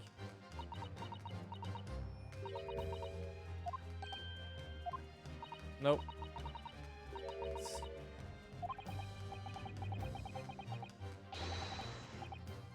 Oh, fuck. Something we saw yesterday. Like, mate, it's 1 week for me. 1 week and programming and shit. Scalpels. Where did we find scalpels? And where and when? I was about, like, I wanted to say scalpel, but I didn't know, like, why would scalpels mean anything? Because, yes, she uses scalpels, but, like, what, why? Yeah, did you say scalpels? It would appear that word has struck a chord, Doctor. Doctor! Okay, there we go. Come on, out with it. It was yesterday when we visited your laboratory. Look at this big book here. Ah, it appears to be like a counter ledger. It records a forensic investigation team's spending, I think. It's clear the team purchases various equipment and supplies on a monthly basis, but one of the entries seems rather strange. They're buying 500 scalpels every month. Yeah, that was strange, but I'm gonna be honest, I kinda got out of my mind a bit. Because I didn't see any strangeness with that.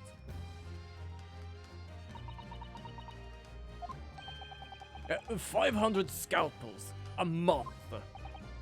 At first, I wondered what on earth would be using that many scalpels for.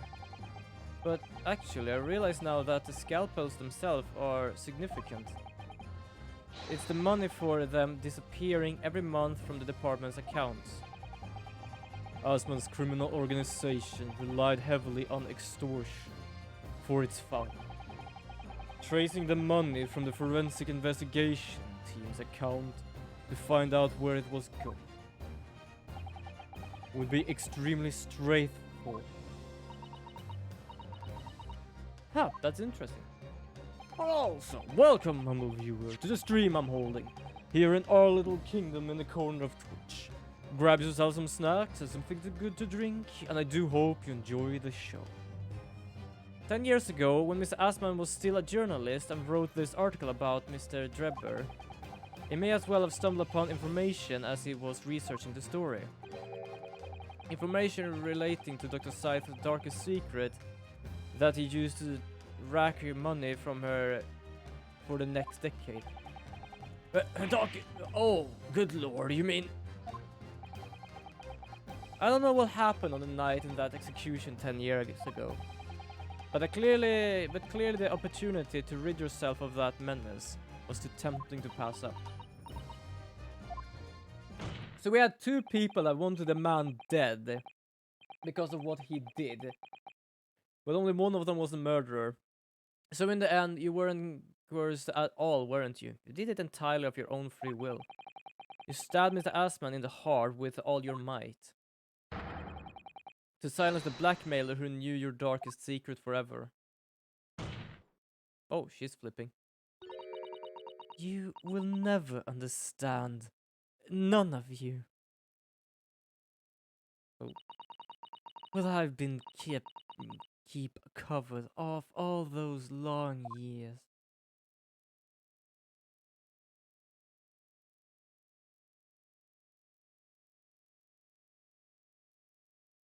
It's kind of fun though, because the professor was shot at the same night. It's like, I understand. It's like, oh, you want to keep a murderer alive. Okay, that's absolutely bad. But still, he's still dead. Like, what the fuck does that matter now? As very little of the machine remains after it was ripped apart by the bomb, the truth of this case can never be properly established unless you speak out. And if you decide not to, it's very possible that Courtney Scythe will escape punishment for her crimes. So it's either, do you want to take the blame, or would she take the blame? Decide now, Mr. Drebber. 10 years ago, you told the truth, and were robbed of a bright and successful future as a result. I can certainly understand your bitterness and your consternation now. However, this is surely the chance you've been waiting for. To sever the hold of that fate's hand had over you for all these years. Super high voltage instantaneous kinesis. I mean, really. Oh, hi, Ripip.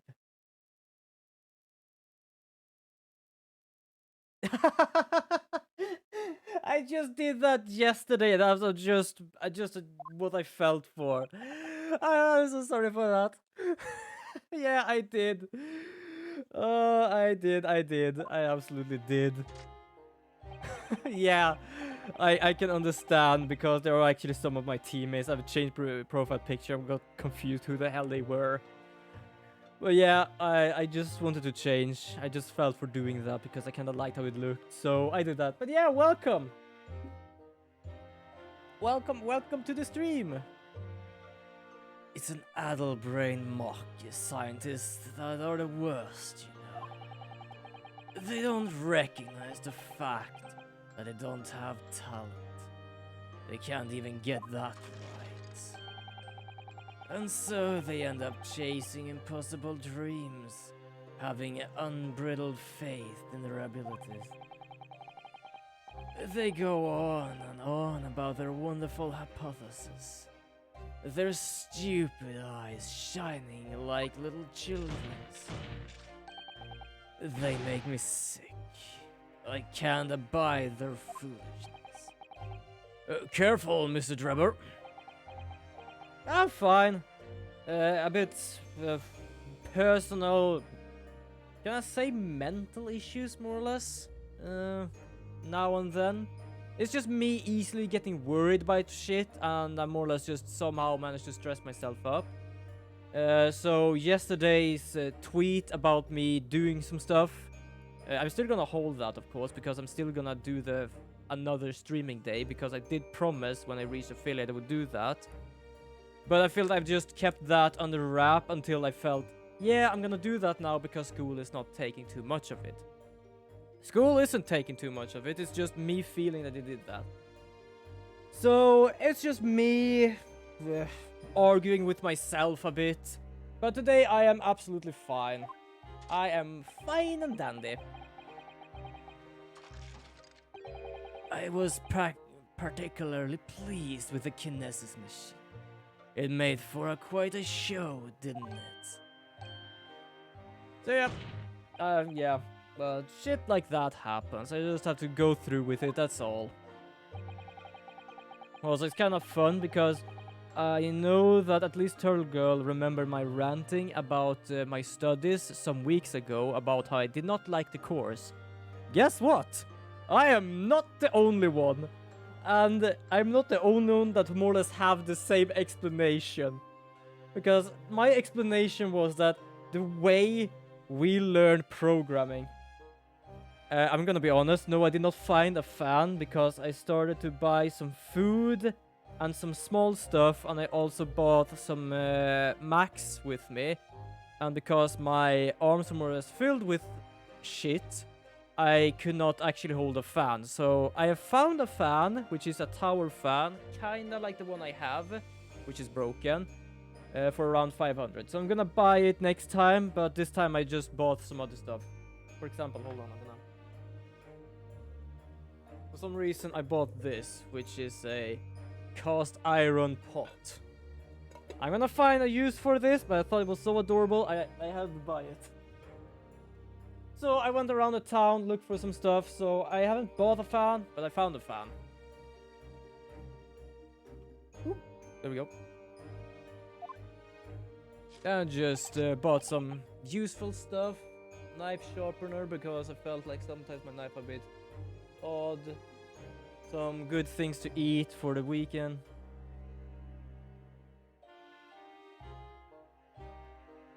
I'm not eating that small. Well, not well. That's easy to say, but like the thing is, like I'm trying not to go into stores with too much shit, especially if I'm trying to carry something out. And when I felt like I'm going to go there, I'm gonna try and get some maxes. Also, the food I bought was more or less for the day after. So I feel like I'm eating more or less enough. I'm eating breakfast. Nah, I know, like that, like in that, it's more or less not really for like a meal. I guess it's like a side meal. Perhaps like something together with something else. I don't know. I might just have it for. I don't know. I don't really eat soup. I don't know. I'm gonna find something. So I don't know what I'm gonna use it for, but I'm gonna find something because I did buy myself a cheese grater that was like this small a time ago, and I have actually had use for it. So I am gonna find a. I might actually do that. I might find a gryta att göra. That's kind of funny. I don't think you knew about this, but when I was a kid, I choked on a cherry tomato. And because of that, I stopped eating a lot. And I mean a lot. Like, most of the time, I might have eaten some fish ball. I eat meatballs and eat sausage. Meat? No. Chicken? Not really. Fish? Absolutely not. So, it's many things whenever I read, for example, grytor. It's like, I have no idea because I've never really eaten that because I couldn't handle it when I was a kid. I've eaten so much more lately.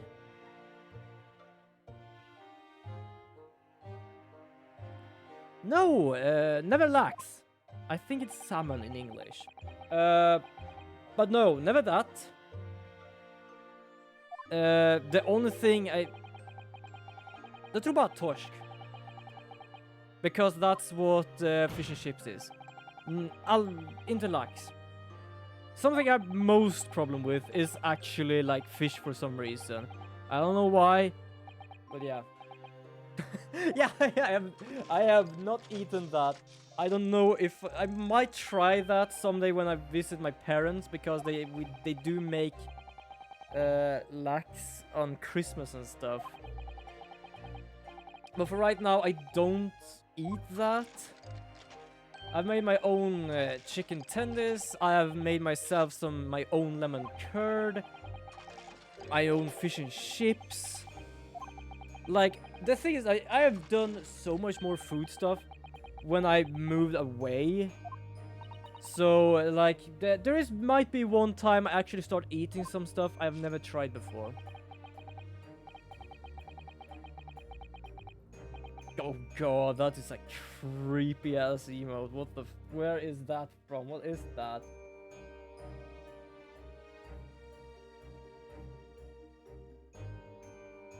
Holy crap.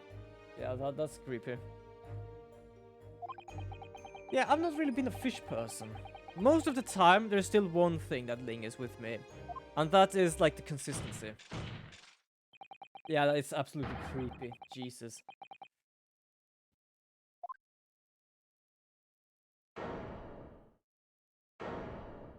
But, yeah, mostly consistency. So there is, like, even meat and even chicken sometimes where I feel like, ooh, But that's mostly because of like the consistency of it. That might be like the biggest reason why I don't eat some stuff. So I might someday try lax. I have no idea. I have never tried it before. I'm looking around for some stuff I feel might be good to try out. I have 2 cookbooks, but most of it is like rather weird stuff in a normal way, like lamb and ham and some sort of like, I don't know, Asian spice something. Yeah, like I would understand because it's literally like it's called, what is it? It's called tasty. And you're talking about it's good to like lax that is that. Yeah. Yeah. I can like there's some part of chicken, like the chicken that is like fine is good. But then there's like some part of the chicken that's like the consistency is just ugh.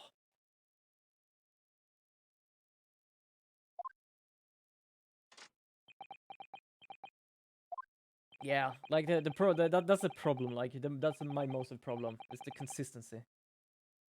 Yeah, I'm pretty certain what you're talking about. The smooth chicken part is good. That's absolutely good. But the other parts is like uneven or like have the little whatever. It's just oh. Ugh.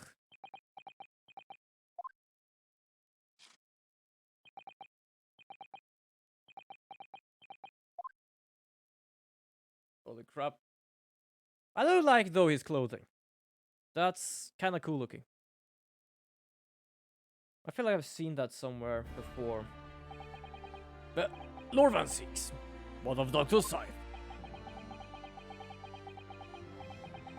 An immediate warrant for her arrest has been granted, and she's been remanded in custody, my lord.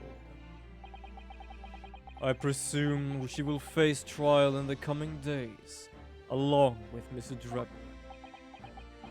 Yeah, but Drebber actually never murdered anyone, so I believe like there's something there, but not too fully.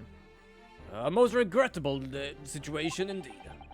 She made a great contribution for her profession over the years. It really is a hard truth to swallow. However, that is a topic for some future occasion. Let me give her a shot and some... Yeah, I agree. Like, mostly when my father after cooked the meat and stuff, it's not much for spices. So it's like literally was just meat, and the taste of that was rather ugh. So that's kind of why I probably don't eat meat. Plus, there's like many different spots where it's just absolutely not good at all. Like minced meat is absolutely fine. I love minced meat. I do a lot of different things with minced meat. Piroger, tacos, just that together with pasta, meatballs, a lot of different stuff. I'm gonna go and get those potatoes again. I managed to find like spicy potatoes. They're actually pretty good, tasty ones. I'm gonna get more of those. But yeah, minced meat is absolutely good. I have been, I mean, me, the dedicated scientist, this devotee of natural philosophy. Syren har tydligen att laga mat, för det är oftast inte kött i maträtterna. Det vill ha kött. Yeah, my father is impressed now by how much I eat. But he used to complain about how little I ate before. Like, you'd only do meatballs, sausage, and something else. I was like, yeah, but that's like the only thing I want to try. Also, most of the time, it's like whenever my family cooks food, it cooks for them, which means everyone has different tastes, which means... For example, when I do tacos, I have garlic, I have onion, I have spice, I have some tomato sauce, and like that becomes a bit spicy.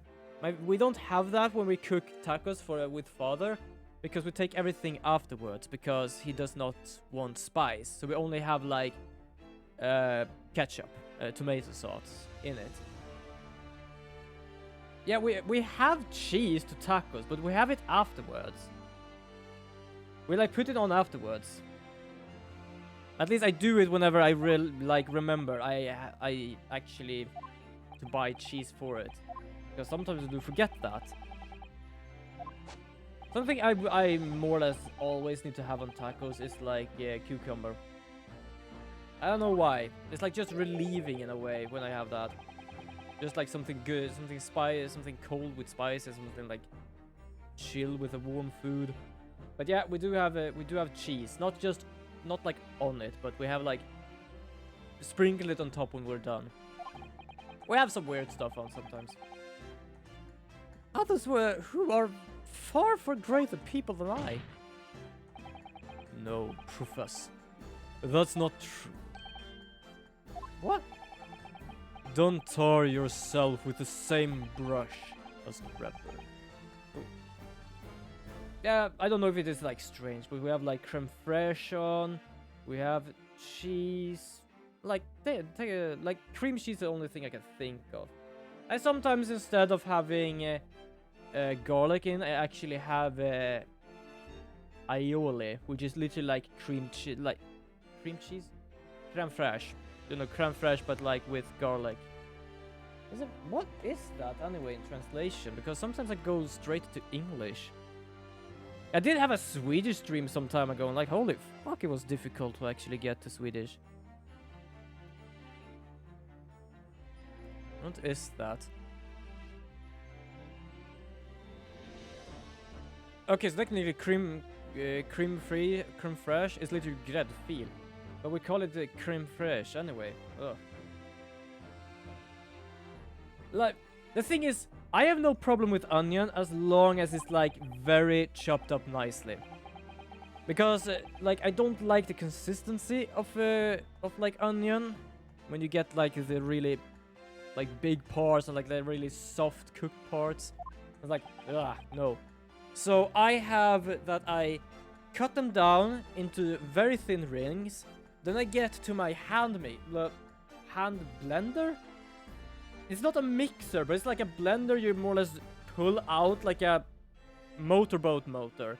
So it becomes very fine. And you don't notice that really as a consistency. So I have no problem with that kind of onion in my food.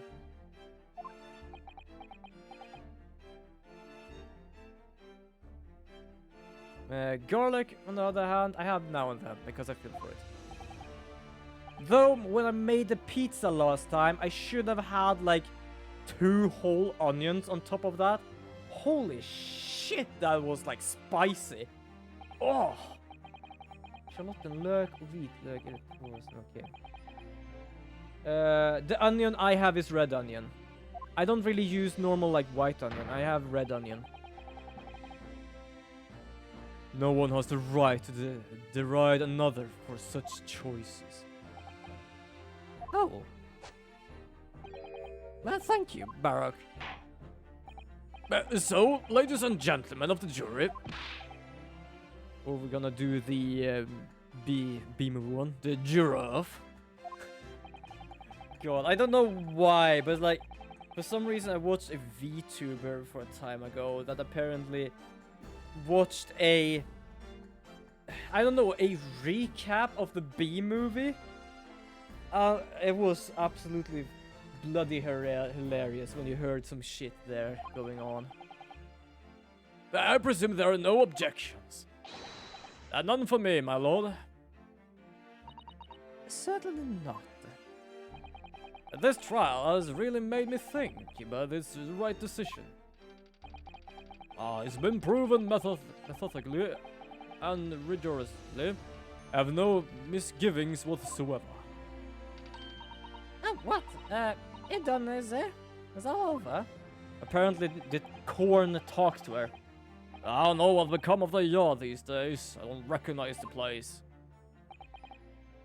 Very well. In that case, I hereby pronounce the defendant not guilty. So what's the next chapter gonna be about? I don't remember how many chapters there is. We're on chapter 3.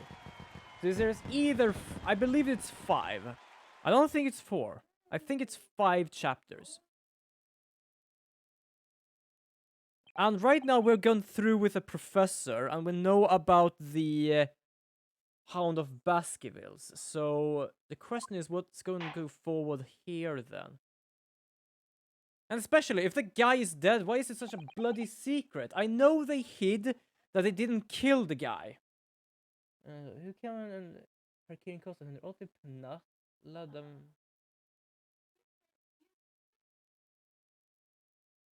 Parking at 180 kronor. For those who more or less is more used to like dollars, it's like $18. What? Where exactly are you talking about? Parking where? I have per night. I'm trying to figure out that because like I have been in some places that has like good parking. That's either like very low in how much it costs. I've been there for hours, like just for a few like 50 kronor perhaps. Perhaps even less. I don't remember really. But 180 one night. What do you mean by one night? Because it's like it depends on how many hours there is. That it counts. Because if it's literally like per night, like oh yeah, you can stand here per night is this, then it might meaning like depending on how many hours in a sort of way. Jönköping. Det här var jag där senast.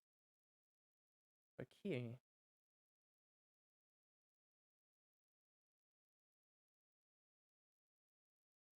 $24 hours. So when you say 180 per natt, you mean like those 24 hours then? It's not just like, oh, it's from like 6 to 8. You mean like from like 8 to 8? Or am I just being stupid? Oh, Professor. What a splendid outcome, isn't it? Oh, it is. Congratulations, Professor Herberin. Jönköping? Where exactly was that anywhere? Because I know I've been there. I just like kind of bleeds my mind.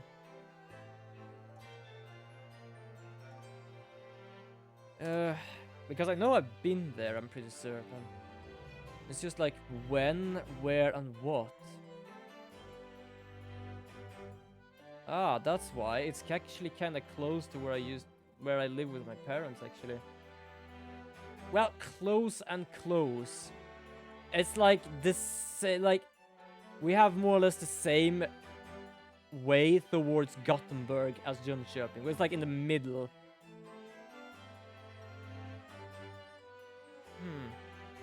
It must have been a summer when we were when I was a kid. We were just there with perhaps our caravan or RV. That might have been it. Because I'm pretty certain I've been there. I know, like, there is a place. It's just like I don't remember if I have been there or not. Får man inte tillgång till parkeringshuset förrän klockan 15. Så då är det klockan 15 till klockan 00. Och sen under utcheckning är mellan... Oh, yeah, I kind of know that because you're talking about a hotel. I know that because I have been on a hotel in Stockholm last month when I was visiting an art gallery.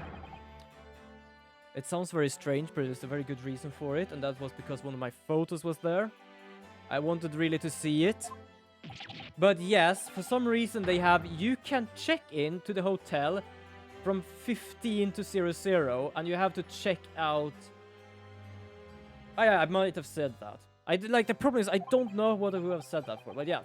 Then I know that. I'm just gonna shut up about that.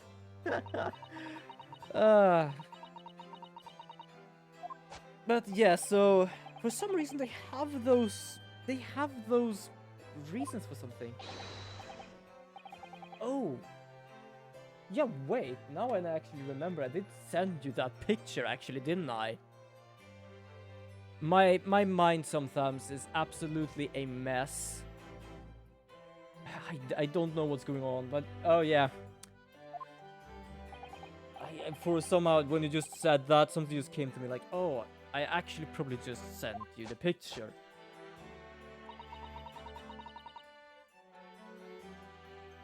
But yeah, so for some reason, hotels have from 15 to... from 15. I don't wonder why.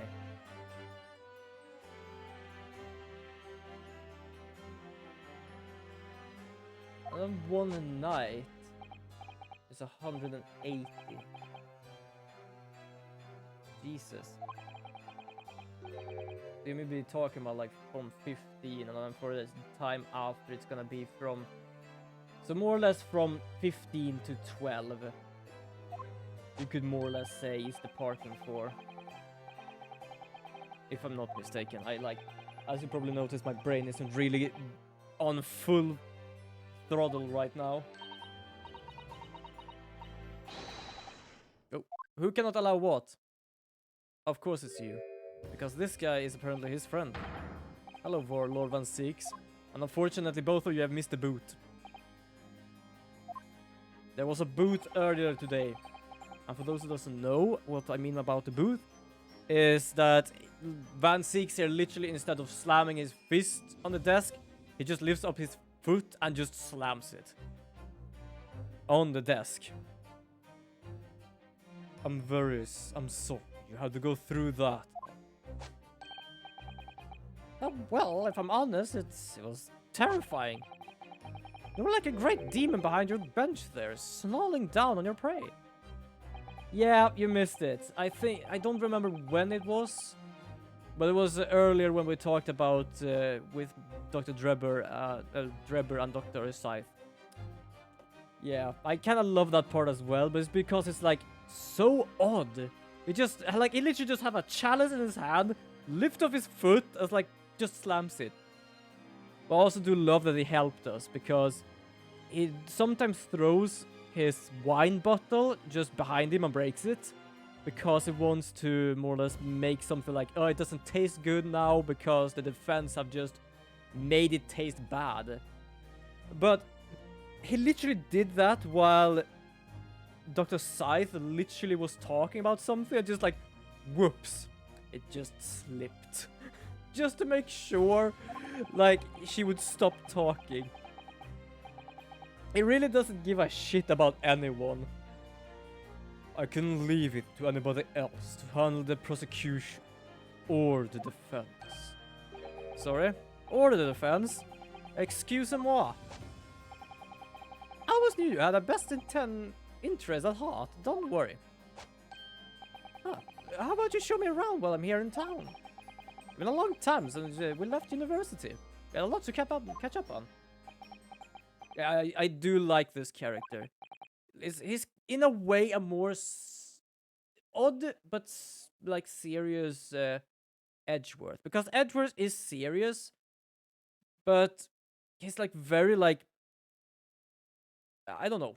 It's not plain, but it's like very straight. He does what he's supposed to do. He just slams his hand. It doesn't really do too much different, or like point at us and stuff like that. But this guy literally has a chalice. He has wine. He has the assistant. He has his boot. It's like, yeah. Yeah, I do enjoy this character here. In a few days, your acquittal will be made official. When that happens, you must head straight to Dover. I'll accompany you. What? From there, you'll cross the channel and make your way back to Germany. I've already purchased the ticket. What the fuck? What is it with this guy? What? No. Wait, hold on a minute, Barak. What about the Great Exhibition? This is a chance of a lifetime for me. I want to look around. No. No sightseeing, Albert. Give up on the idea. What's going on with this guy? Ah, no problem. No problem, Rip. Have a good evening to you. Have a good evening and good days to come. Always nice to see some friendly faces over here, but when people need to go, it is fine and all. It is fine and dandy. All people have different things to do, even I. Norman 6, what's all this about? Unnecessary precaution. Yes, I think I understand. You do? Well, Iris told me what you met Lord Van Six at Sumi's office some days ago. He asked us Mrs. Natsume was doing. Yes, that's right. I remember being surprised at the time. I think it was nice of him to ask. The point is, Miss Natsume is still alive and well. Even though it's been more than 6 months since he stood trial with the Reaper as a prosecutor. Yeah, so the funny part is, like, even the Reaper himself is like, you have to leave. I don't want the curse of the Reaper to haunt you, so just fuck off, please. So that's why he asked about Mr. Natsume. Like, is he alive? Yeah, he's alive. Good. Good. And that's also kind of why the detective wants Gina in France. Everyone just wants to leave because they have seen the prosecutor and survived, which means that's a bad thing. The Reaper's influence doesn't stretch overseas. Those in the Reaper's scythe meet their end, the end days or some months. Sometimes months after their acquittal. That's been the pattern to now. But of course, we know that both Miss Natsume and Gina were completely innocent. True. Drink a bit. And perhaps that governs the Reaper's actions. The truly innocent are spared. But I don't want to take any chances with a close personal friend. Understandable. But Baroque? Like the mustached Nipponese, this man should have left the country without delay. That's why I'm packing him off to Germany at once. You're packing me in a suitcase? What the fuck? Right. Does your French-shaped package get any say in this? Goodness. Is this your intention all along then, Lord Van Six? In court, where people think of him as the Reaper, this man seems absolutely merciless, and yet...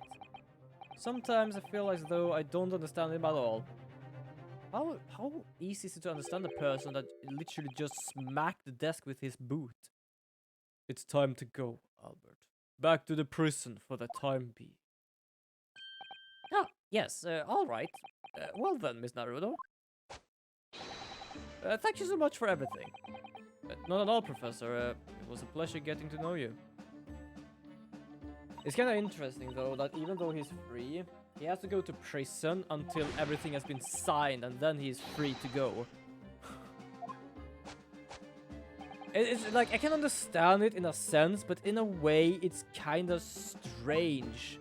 Just because, like, yeah, this is like acquittal. We know the truth now, but you have to go back to prison just to we're sure. Now, my Nipponese friend. Yes, I thought you'd gone too. We have a matter to discuss. Can you spare me some time? You want to talk with me? This is the first time he actually want to talk with us. We had to talk with him, but this is the first time he want to talk with us. I'll be waiting in the courtroom in 10 minutes.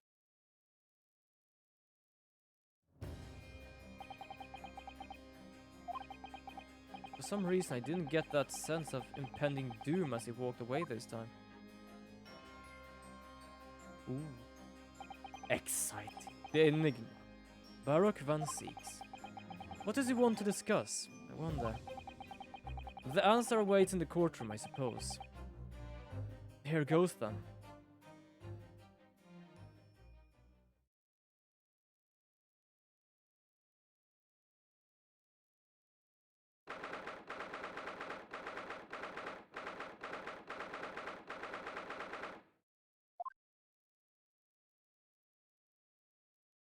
Do you want to open the mask? Because that literally apparently has the face of the professor, and no one knows how the professor looks like. Not even this guy. I think he sometimes says that he doesn't want to know, or it's like a state secret, but sometimes it's like he still has like this merciless, I want him gone and dead. So, are you satisfied? You saved a guiltless scientist from a great injustice. Yes, I think so. I'm relieved at last that the man's innocence would be proven. Anyway, I imagined you have been wondering where my animosity towards you Nipponese come from. He did have a friend before, I believe.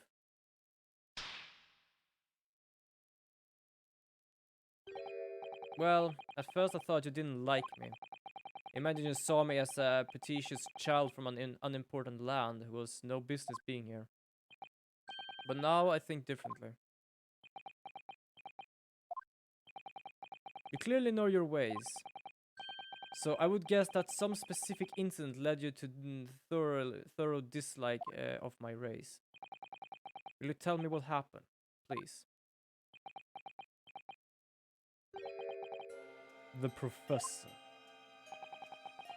I thought I never heard the name in a courtroom again, to be honest. He took your brother's life.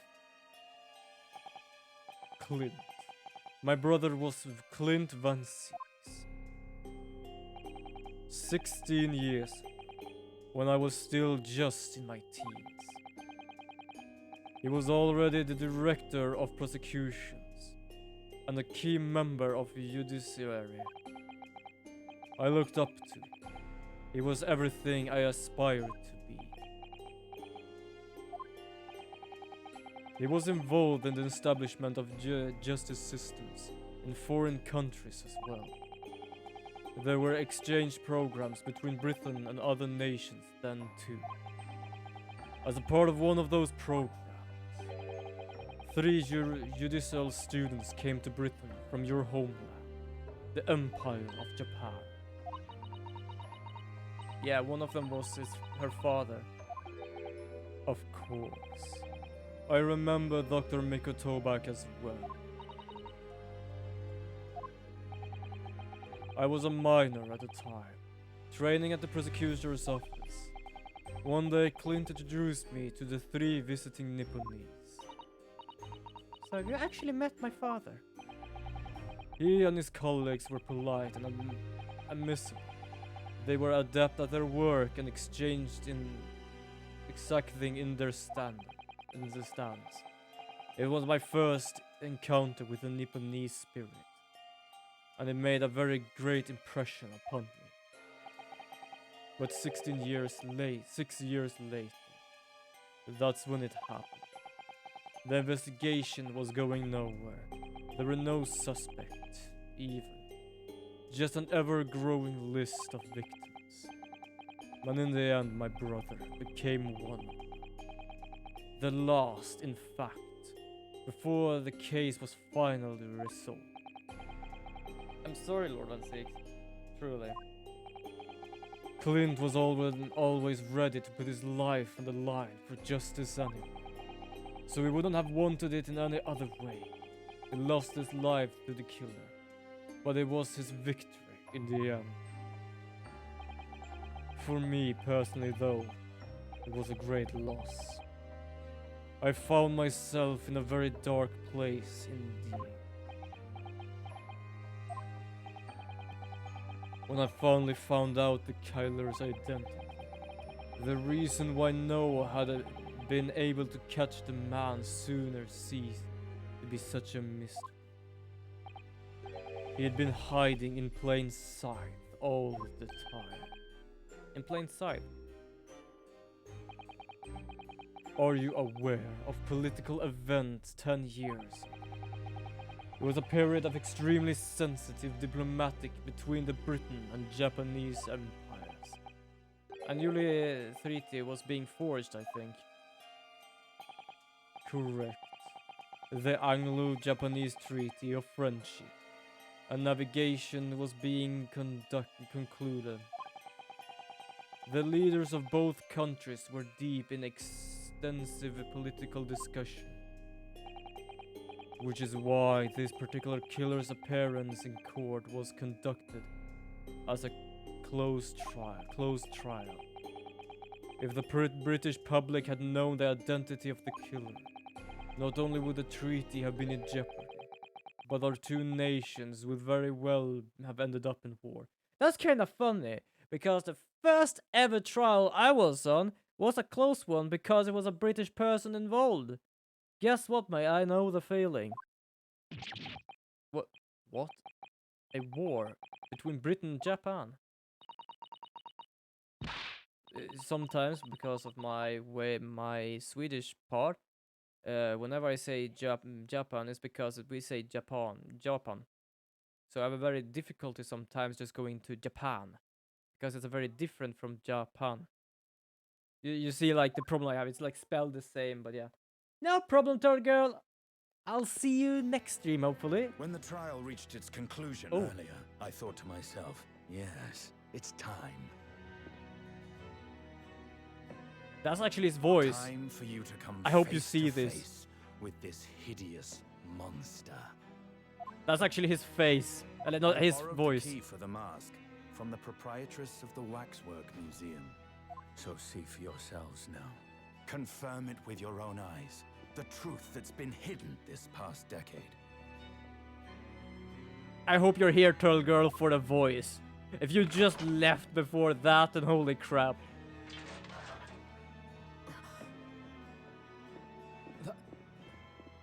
That's the professor? Yes, that's him. Until now, the thought never even crossed my mind. That the mass murderer, whose crimes shook Britain as never before, was Japanese. Wait a minute. That face. I feel as though I've seen it somewhere. It's strangely familiar.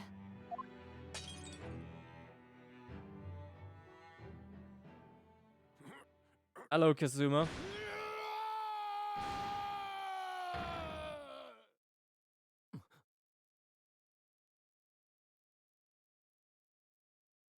Oh, he's freaking out. Holy crap, what the hell is going on here? Yeah, Kazuma, right? Because the hair is more or less the same. Father. Oh, shit! Oh my god, then I understand why he actually wanted. He said he had some other reasons for coming here.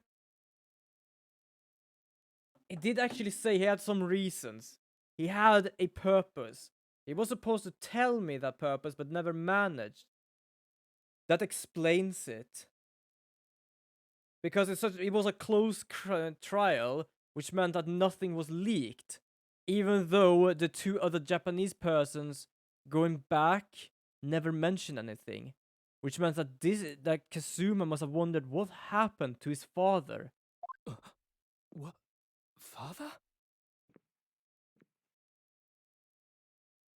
Holy shit!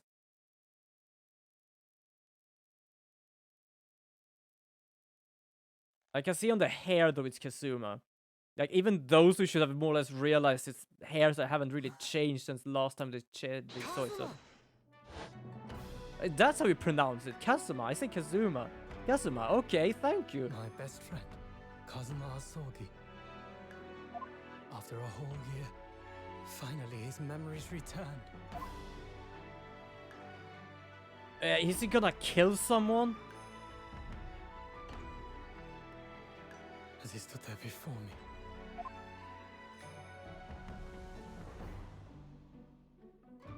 Whoa. Okay. I don't. Ryunosuke. Ryunosuke. hello again. My friend. Kazuma-sama! Judicial Assistant Mikotoba.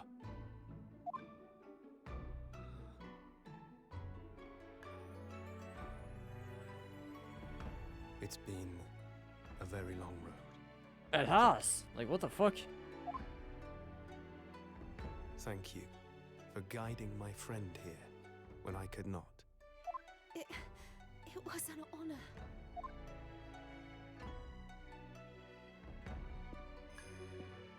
I knew Well, you wouldn't holy die that shit. easily.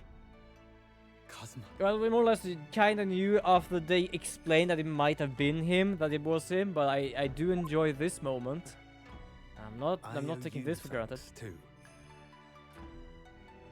For taking good care of that in my absence. Well, now we know at least the other like his second purpose of being in Britain. Looking for his father, understanding what happened. Karuma, the great blade of the Asogi clan, passed down through the generations. Yeah, I just had it on his hip all the time.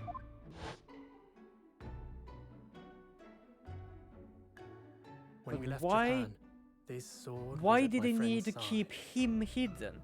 Because even Sholmes kept this guy hidden, as in, oh, he's dead, we have to find the murderer. But he was never dead. The Japanese man's katana is his soul, and he couldn't be parted from it. But then, when the incident happened, it was Susato-san's wish that I inherit the sword, and I've kept it with me ever since, along with my I do memories love, of like, friendship we the shared. only closed thing we've had in Japan in this game is literally our trial, and perhaps the first trial of this game as well, because the murdered was actually a British person in both of them.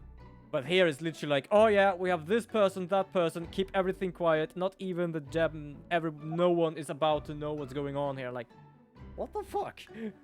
Like, what in the hell? With this by my side, I always felt that you were watching over me somehow.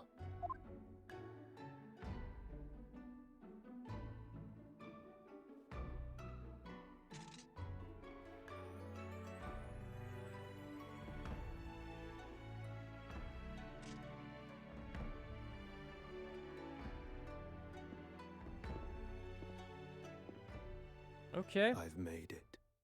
At last. Father. Are you saying... Surely not. You mean, you knew all this time? I'm looking at it, but I still can't believe it. This mass murderer is Kazuma's father.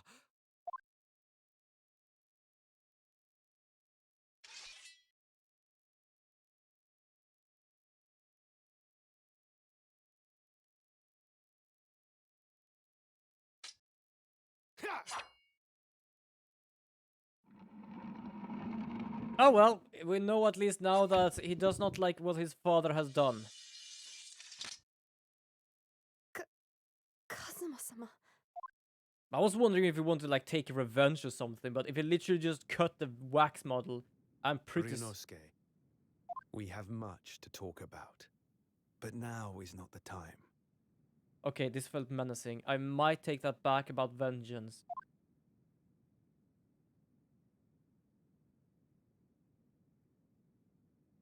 And even his I'll eye. be seeing you. Like when he has open eyes, and it's like he's fine, he looks fine. But when he has like these kind of these eyes, he looks like dead inside in a way. I feel like also with this clothing he has, he looks like some sort of final boss or something. What the bloody hell is going on here? I do love that the mouse is That's also looking. all Kazuma said You're like, oh, there he goes. before he turned and left us there in the courtroom. Also, Van Six is here. What is his reaction to this? So, he's not the living afterimage of the man who took my brother's life, is he? Yes, Kazuma Azogi, my best friend. 3 months ago, when the Lord Strongheart introduced us, I had an inkling there was something there. Some connection. But why did Long Strongheart do that? Why did he make Kazuma Lord Van Sieg's apprentice? And when he was suffering amnesia too? The man was apprehended, even executed. But his legacy just won't die. That's the sad truth. Anyway, that's all I have to say. Thank you for meeting with me as I asked. But no problem, you managed to actually just help our friend as well, so thank you? What else we supposed to say? Like, thank you a lot? 10 years ago, my grandmother took me to the railroad station. We were there to meet my father from the train. For me, it was the first time I'd ever seen him. Of course, it's not the son. All this tied up with the painful memories of her for her too. She never talked about this with me before, though. It took time to adjust to having father around. Oh, it took a time adjusting having father around. But just when I was starting to get used to it, he called me into his study one day. He told me that a great friend of his had passed away in London, and that the friend had left behind a son, a boy, 7 years, my senior. The father told me the boy had made a promise to his late father, so he was studied to become a defense lawyer. I wanted to help, so I studied to become a qualified juridical assistant. As I'm sure you worked out, that young man's name. Yeah, that's kind of obvious right now. So, you see, that's how he and I met. For a brief moment, my great friend had returned, only to disappear again all too soon. But in that fleeting encounter, something stirred. Something that had been dormant for a long time. As if great wheels had been set in motion. I could almost hear them creaking into life. Yeah, In some something's ways, going on. It was the end of a chapter, but in many, it was the start of a new one. Yeah, something is definitely going down. Holy crap.